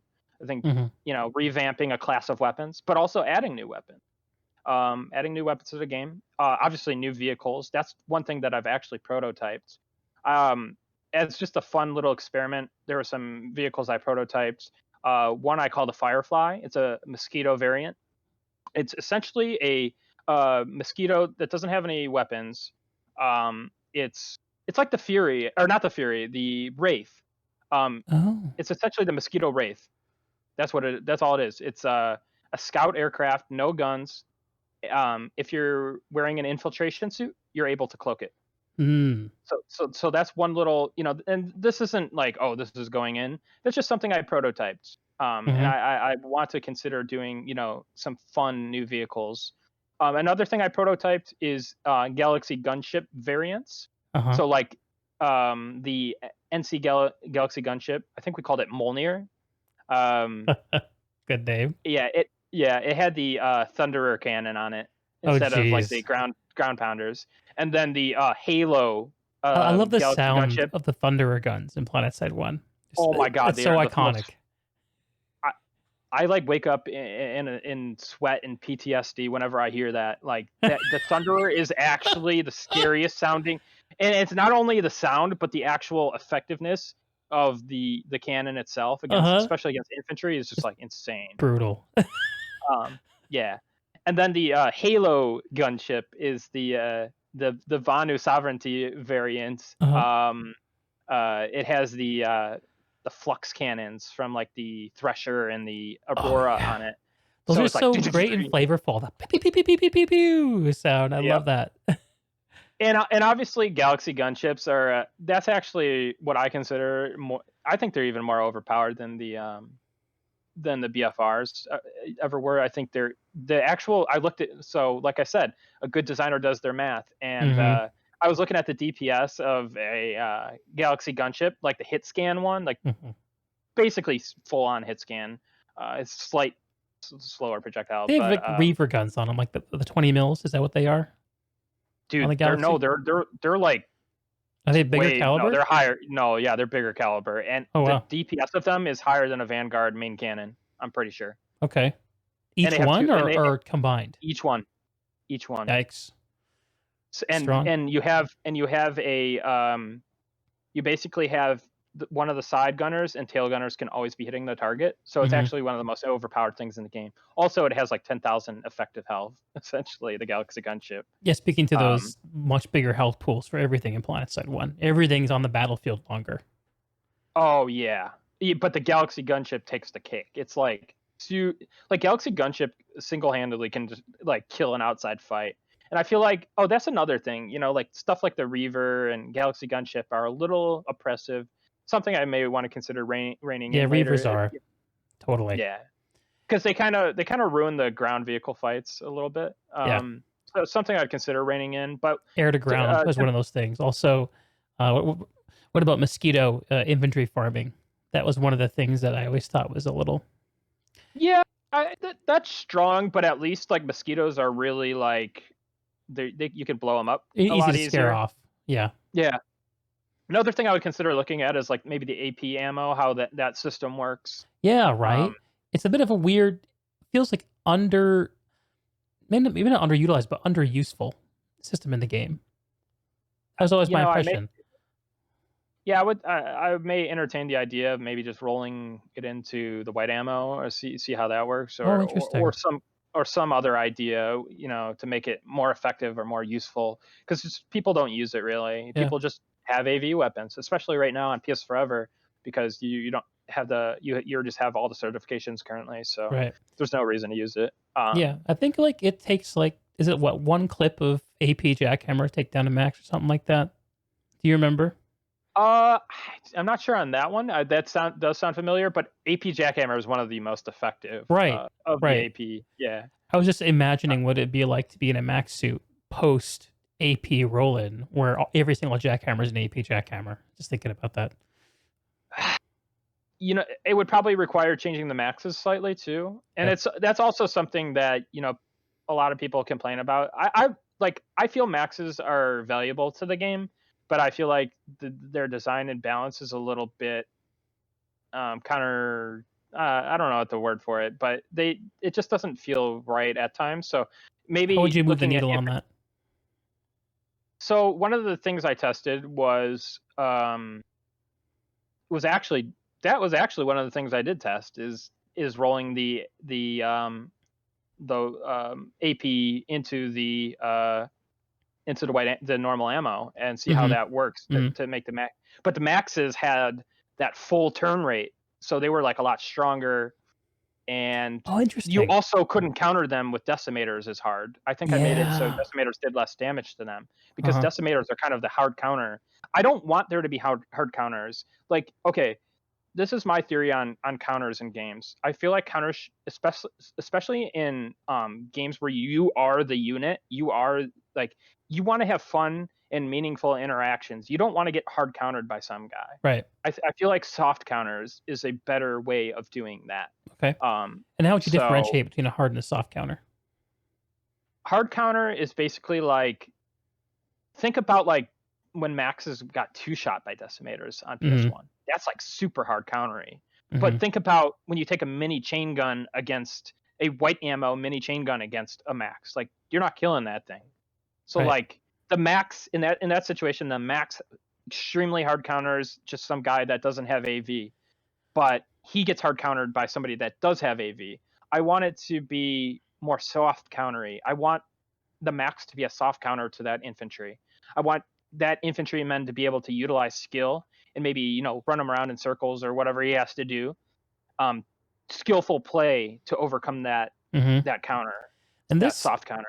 this in my mind, and maybe this is the wrong way of thinking about it, but it seems like almost like you're taking an ethos that was really highly prized in the design of Planetside 2 and maybe bringing it back to Planetside 1 a little bit. Because Planetside 2 is a game where, I mean, there are some hard counters, but for the most part, the counters are a little bit more soft. Um, what do you It's think it's about that hard. idea? Yeah, it's hard to determine that with PlanetSide 2 because of the TTK. Like you can just drop Yeah. some C4 on somebody, and that feels really hard countered. Like for that max unit. But yeah, I feel like it just you need to have fun interactions. You don't want to be like, oh, I see this max here. All right, I'm just going to do this, and then he's going to be invalidated from Mhm. playing. So, Like, so having agency in that, and mhm. if the agency that you can exercise in those interactions was 5 minutes ago when you spawned, maybe that's the part of it that's not fun. But Right, if you still exactly. have if you have the agency be kind of split, where some of it was 5 minutes ago when you spawned, and some of it is right now when you're in the fight, that seems to be a better sweet spot for you.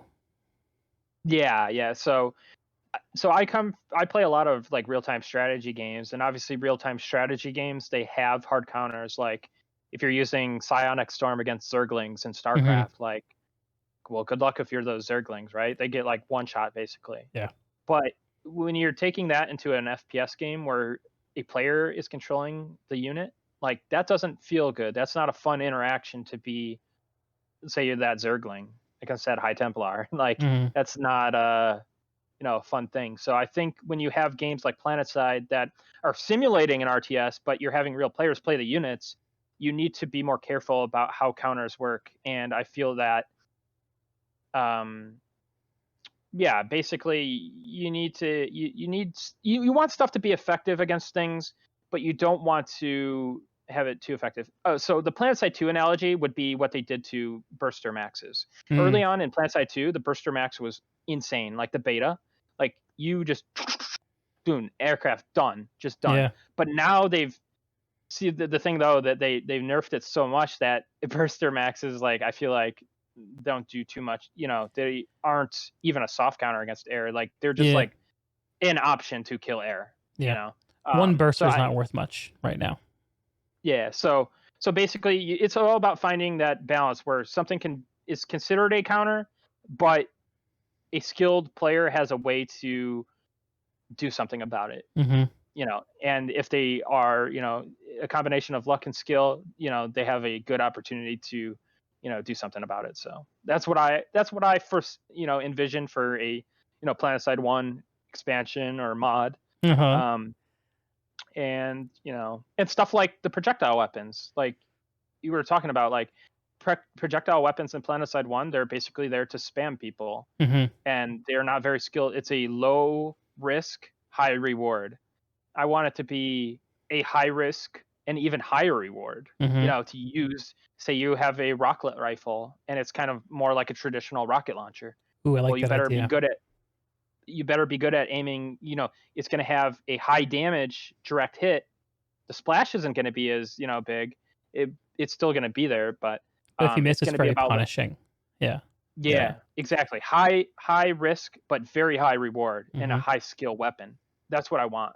I want stuff to be more skillful, and just yeah, stuff like that. Cool, man. Dude, well, I will be right there, when that's happening. That interests me tremendously. And I I'm already just want thinking to of what you leave. should name it. Rocket rifle, rocklet No, no, rifle. the expansion, man. Oh, I have a name. I have a name actually. It's kind of stupid. Are you keeping it to I yourself? No, I'll say it. I call it Rematrixed, but it's just a It's one very idea I lore came up with. friendly. Yeah. Yeah, it's lore friendly. Yeah, Yeah. but I like it. that's just an idea. And I want to leave the disclaimer here for anyone listening or listening to this later and being like, oh man, this guy's gonna ruin Planetside One. Like, our project is open source. If you can always run your own server, and we don't actually want to force anything down anybody's throats. Mhm. Like I said, we can change rule sets per continent. We can have multiple servers that we run, Mhm. and if you don't like us at all, you can run your own server, And make your own and game. yeah, you can literally run your own server, like github.com/PSForever. Download the login server. You're good to go. That's You're really ready to cool. start. Yeah. So, but yeah, no, I want it to stay true to Planetside One. Our main goal is to recreate Planetside One and bring that experience back for people. But in the future, it's possible that we can make this game better and continue the life of the game, for time to come. So, yeah. Awesome, man. Well, I love it. Um, I have a few questions.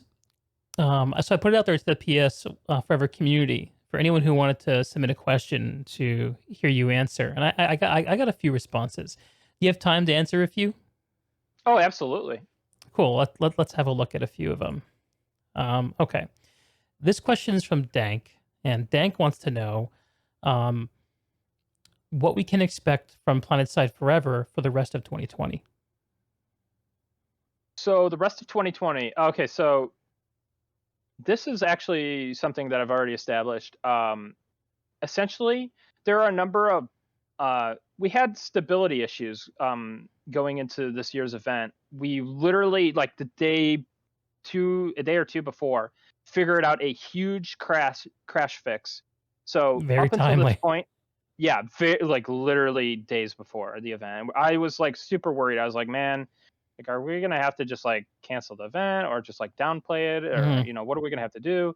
Like, we figured out a crash fix that really helps server stability, Hmm. like tenfold, and That's everything. that was thanks to Cord and Mazo. Mazo specifically made the change, and obviously Fate JH has been awesome as well.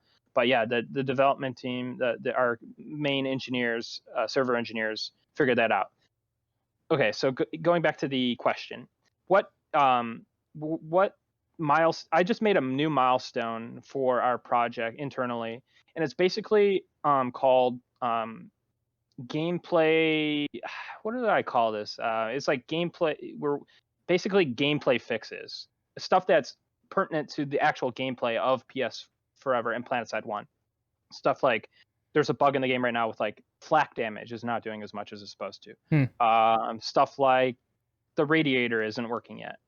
So basically, I Right. have about 20 issues I'm tracking right now, and have handed off to our developers that are gameplay focused. They're going to be gameplay bug fixes, and so basically, it's for the community. It's for people that are playing Planetside One now, um, to enjoy these fixes, and we'll make the gameplay better. Hmm. So that's what we're focusing on now before we tackle any like new huge feature sets, like say combat engineering or progression system. We're Hmm. going to get gameplay bugs fixed, and just iron out some Kind of things low that hanging fruit, should be a little done. bit.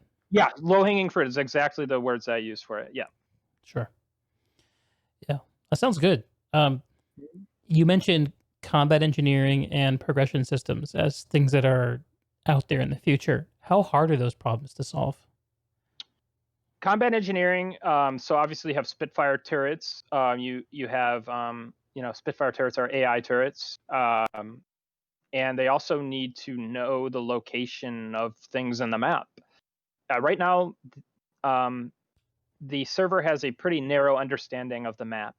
So one thing we need to do is parse some files and data from the client to basically give the server the knowledge of the geometry of the maps and stuff. Otherwise, you're going to have like AI turrets like shooting at trees or walls and stuff, and it's not going to Or really shooting through work. geometry. Yeah, and another thing is when you bail out of aircraft currently, the aircraft doesn't have the capability of like auto flying into the ground after you bail out. So that's also because of this limitation. So Interesting. Yeah, I've seen that it's going where to I would keep shooting at an aircraft, someone bailed out of. I'm like, what? What's going on with this aircraft? And I would realize, oh, there's nobody home. right, exactly. So that's going to require parsing some files, and basically we're going to look at the client, get some data from the client, and get those into the server. As far as progression goes, that's going to require some more database stuff. Our database, we got some stuff that's persistent, but not a lot.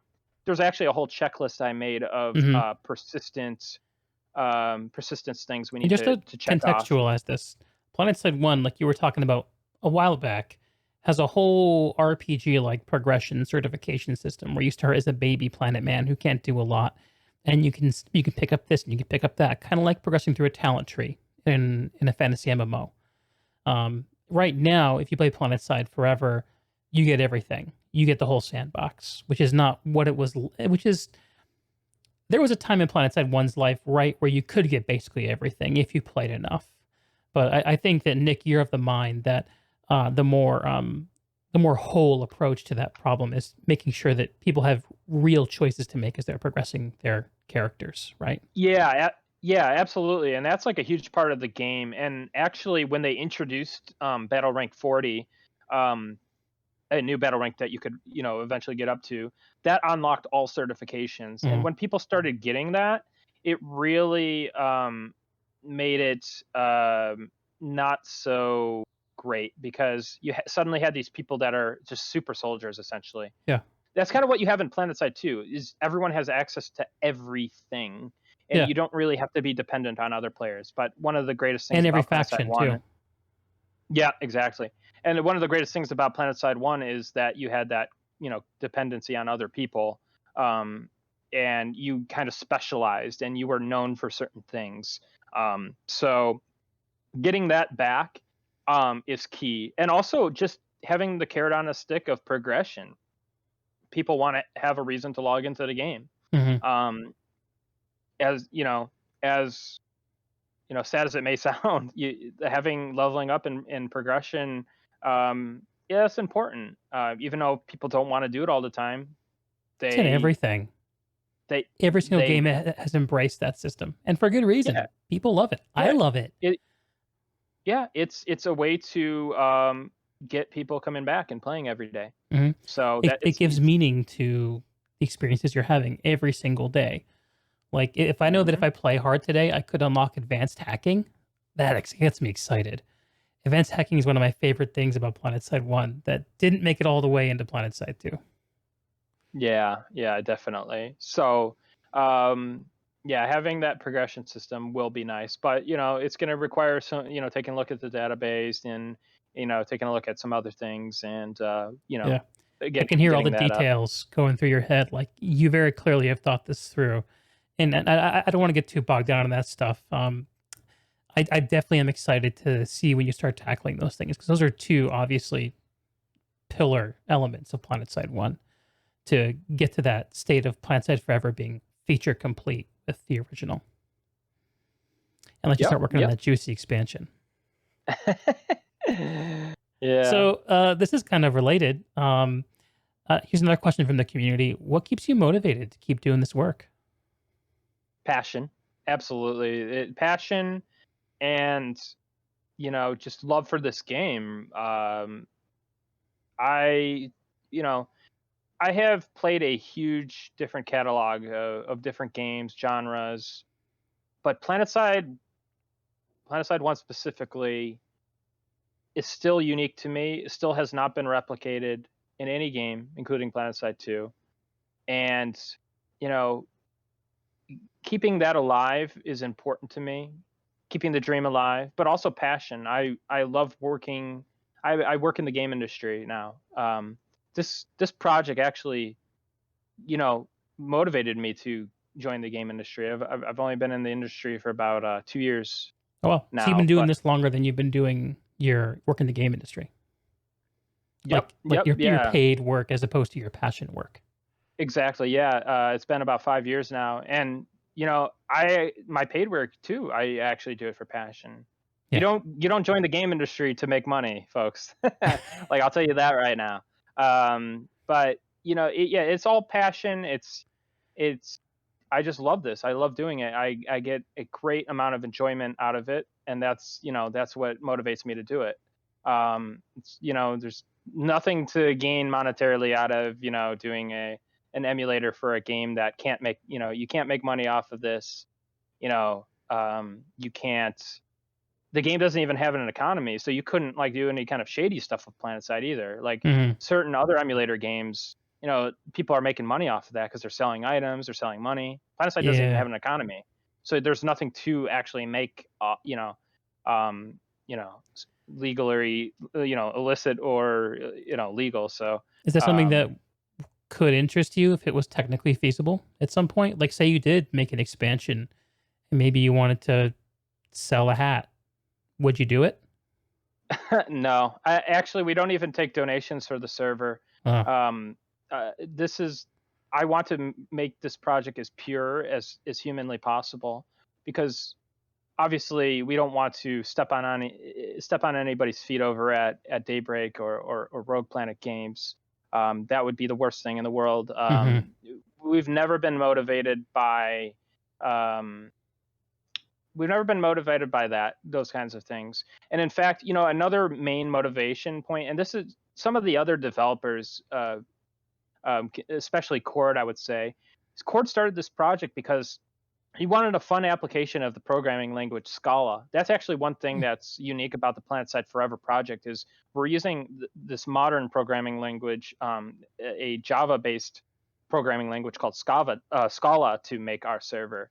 So it's also just like a technical, a fun application of some technical things we learned.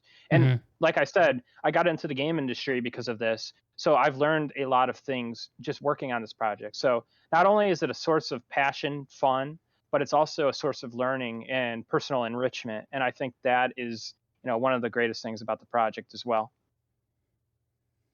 Love it. Yeah, I mean that sounds I really respect the purist approach.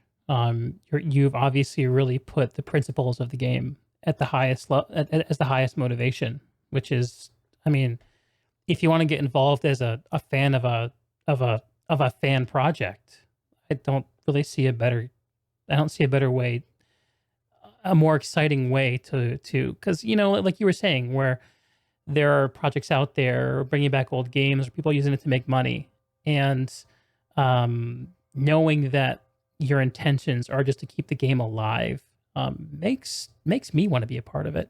Makes me want to pay you with my time and interest, almost in a way. The best payment is just coming and come be part of the community. Come play the project, spread the word about us. That's all I could ever ask, and help me keep this game alive and thriving, because that's what I really want. Is I want people to see that this game, they can still play it, and there's still fun to be had, and there's still lessons to learn from a game design perspective. So Damn straight. that's reward enough for me. Let's keep this PS Forever literal. Keep it Planetside going forever. Forever. Yep. Okay, here's a fun one. from community member Opole. Is that how it's said? Yes, Apoli, I believe. Opole. Hopefully he corrects me if I got it wrong. Opole asks, after Planetside Forever is done, hypothetically, done after your expansion's out and it's a hit success, are there any other games you'd like to revive? Ooh, that is a pretty tricky question. It's tough, right? Because I can't tell you how much of my life in the last 5 years I've dedicated to this project. Mm-hmm. And the amount of other people that had to be involved in reviving this project, it's a tall order. Instead of actually working on reviving other games, because a lot of the other games I'm passionate about, they're alive. They're officially supported still, or they've already had an emulator made for them. I would really like to work on a game. I want to, if I could work on a game, if I had infinite money, or somebody wanted to recruit me, I would definitely work on a spiritual successor to Planetside 1. That would be the thing to for me to work on. I would love to do As a that. designer? Oh, absolutely, yeah. I would want to be a designer. Cool. But hey, if you're not comfortable with having me as a designer, yeah, I'll be your QA lead, or I'll be your QA tester, or hey, I'll be your community manager. Listen up, RPG. If we're making a Planetside spiritual successor, I'll be the janitor. Let's go. Just don't forget about me, man. Yeah, but hey, I can play the game, and I know about the games. I know about this genre and franchise of games. So if you want to bring, if anybody ever wants to reach out and talk about that, I'd be more than happy to. Nick, dedicated planet man. Yeah, absolutely. Okay, I got a couple of fun ones now. We're gonna go to more, when you get a photo done and then you do the crazy version of the photo. So we're doing we're in that mode now. Okay. So this must be an inside joke that I'm unaware of, but I'm gonna go with it and hope it doesn't get me burned. Okay. When are you having your next dirty curry? Opoli wants to know. Probably never. I didn't want to break it to Apoli, but I actually do not like. I'm not a big fan of Indian food. Huh. I did not like the curry too much. There was a couple of things that I did like. Not sure what they're called. They were like the pastry things, but no, I wasn't a big fan of the curry, to be honest. Oh man, Indian food's amazing. You're missing out. I'm not sure what dirty curry means. What is dirty curry? I guess I don't know. That must be what he calls the curries. But, maybe he also doesn't like Indian food and he's besmirching it. No. If I know Apoli, he loves Indian food. And I see. it's something about the taste, just the spices that they use. They're unique. I don't know. Yeah, it's just off to me, and it's strange because I typically like most foods. But Indian food, I just never really cared for too much. Well, I'm with Apoli on this one. I think you're missing out. But people like what people like. Yeah. Me, I'm one of the part of the I'm one of the subspecies who can't tolerate the flavor of what's that herb? Cilantro. Oh, I actually like cilantro. So yeah. You people do. Are different, my right? wife does too. And so if she's preparing something that needs cilantro in it, she always leave a little set aside with none in it, because to me it's like someone put like soap flakes in my food. Mexican style tacos, it's basically corn tortilla, steak, cilantro, and onions. That's it. Mm-hmm. Love it. It's like my bread and butter. I'll eat that all day. I love Mexican food. Mexican's awesome. I can sometimes tolerate it with like a salsa, like something that's really flavorful, but most of the time it just pokes out at me like something that I don't like. Okay, next fun question. Your dream woman. So Nick, I want you to pause. Imagine your dream woman or person. No judgment here. Now think to yourself. Close your eyes. What Planetside 1 vehicle do you pick up this dream person in? What vehicle do I You're picture? pulling up to Oh the my tower. god.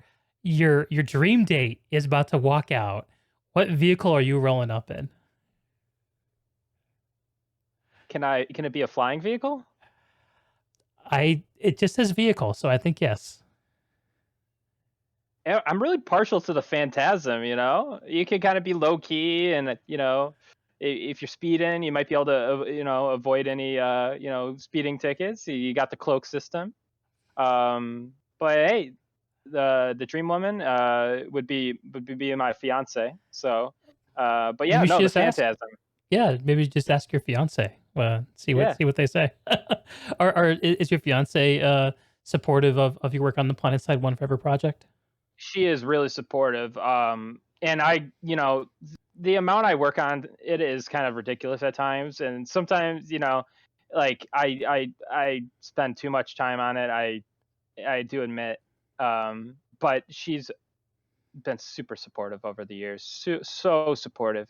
If it weren't for all of her support, you know, I don't think I would, be able to work on the project. But since she's so supportive, I can. So, she's also saving Planetside. That's for sure. Well, thanks to future Mrs. Nick for supporting our guy here and making sure this project can be a thing. I also too have a very supportive partner, my wife, who lets me do what I'm doing now, which is sit down and talk into the wee hours of the night about video games to people on the internet, which uh, I wouldn't trade for anything else. This is amazing. I love doing this kind of stuff. Yeah, yeah. It's been awesome because my fiance was never really super big into gaming, and I've kind of indoctrinated her into gaming, and we've been, doing some, co-op stuff, and Uh-huh. having a fun time with that. So, How many hours has she um, put into Animal Crossing? dude, like probably 300.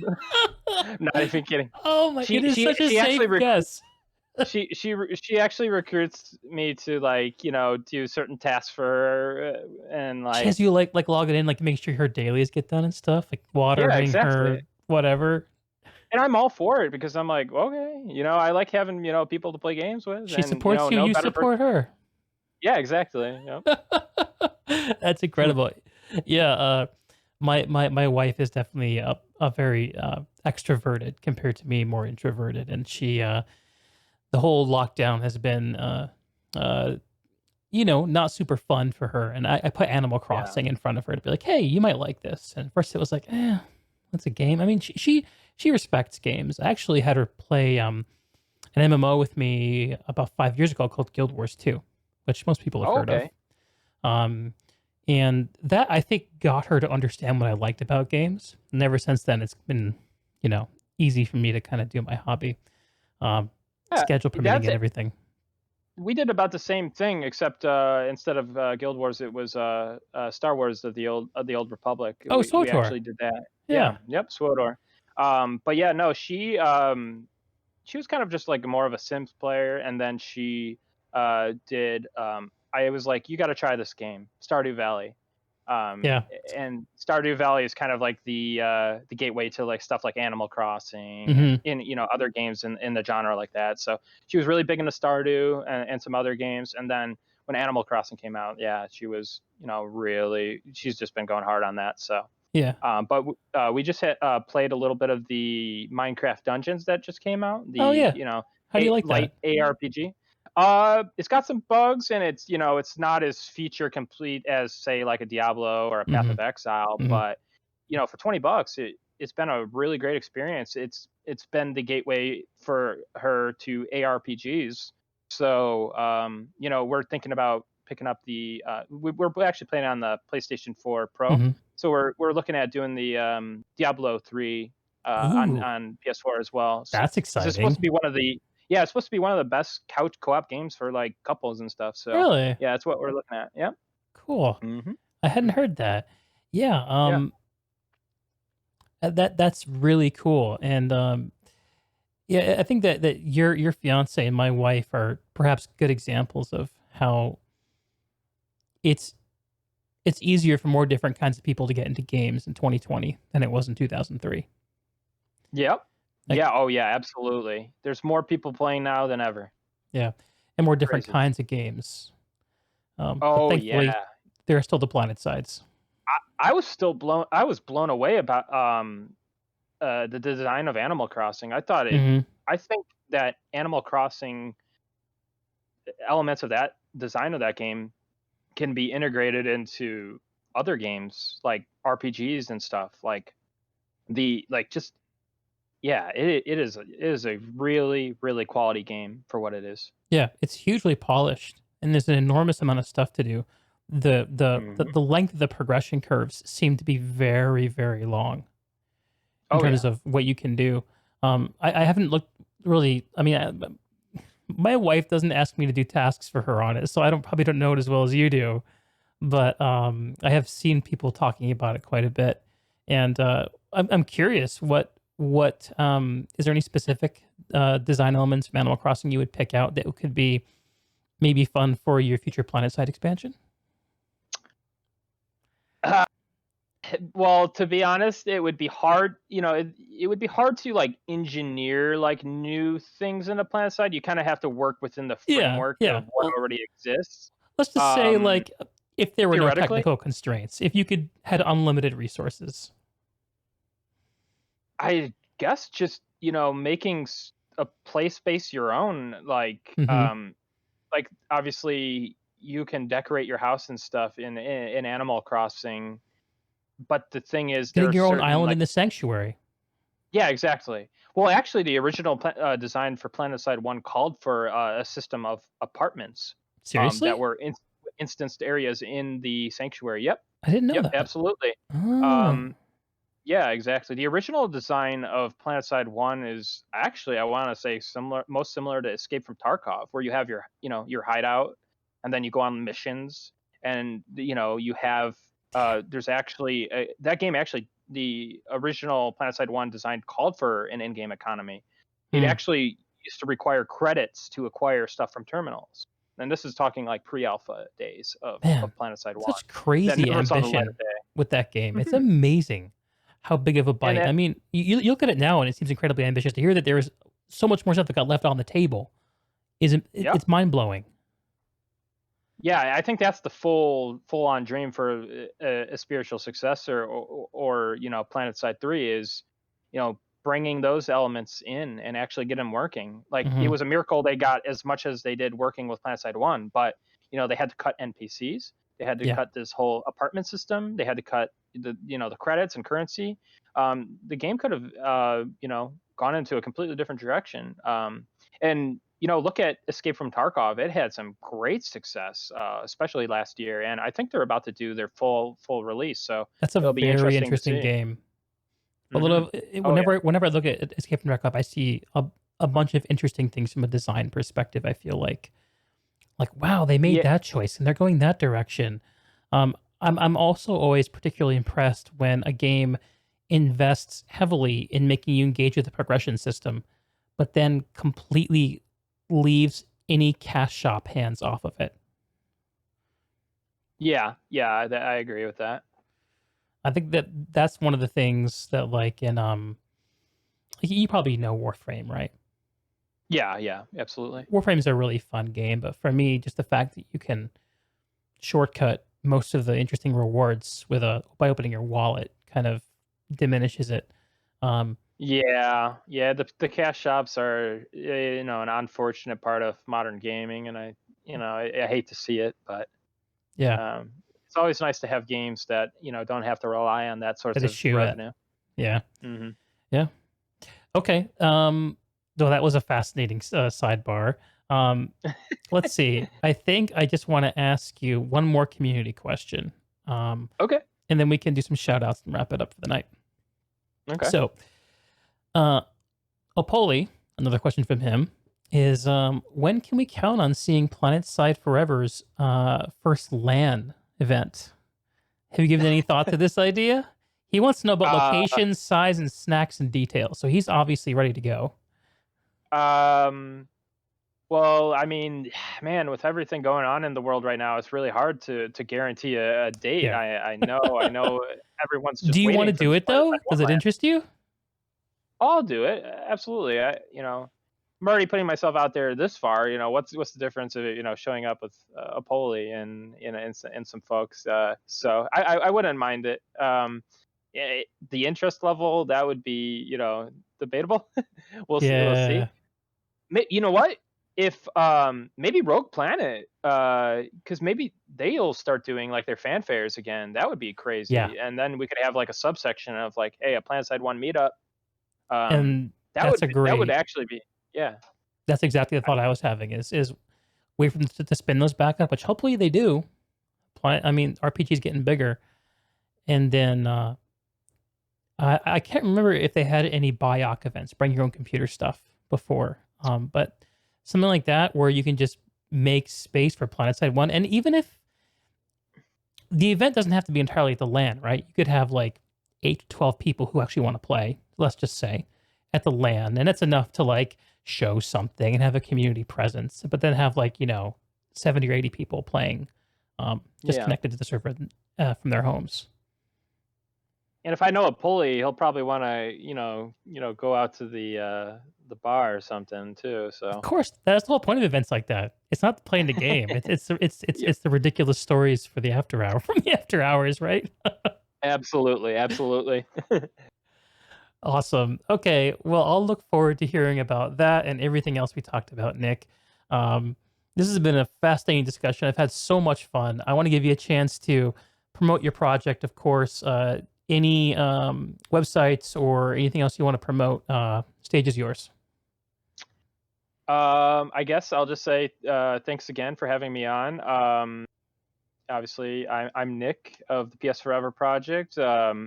My twitter.com/nickhots. Follow me on there. I have a Twitch channel. I don't stream very often anymore. That's twitch.tv/nickhots. The PSForever socials would be twitter.com/PSForeverNet. Obviously, our website is PSForever.net. We have a Twitch, which is PSForeverNet. Come to our Discord, chat.psforever.net. And check out our project. We do a Planetside 1 battle every Sunday at 1 p.m. Eastern.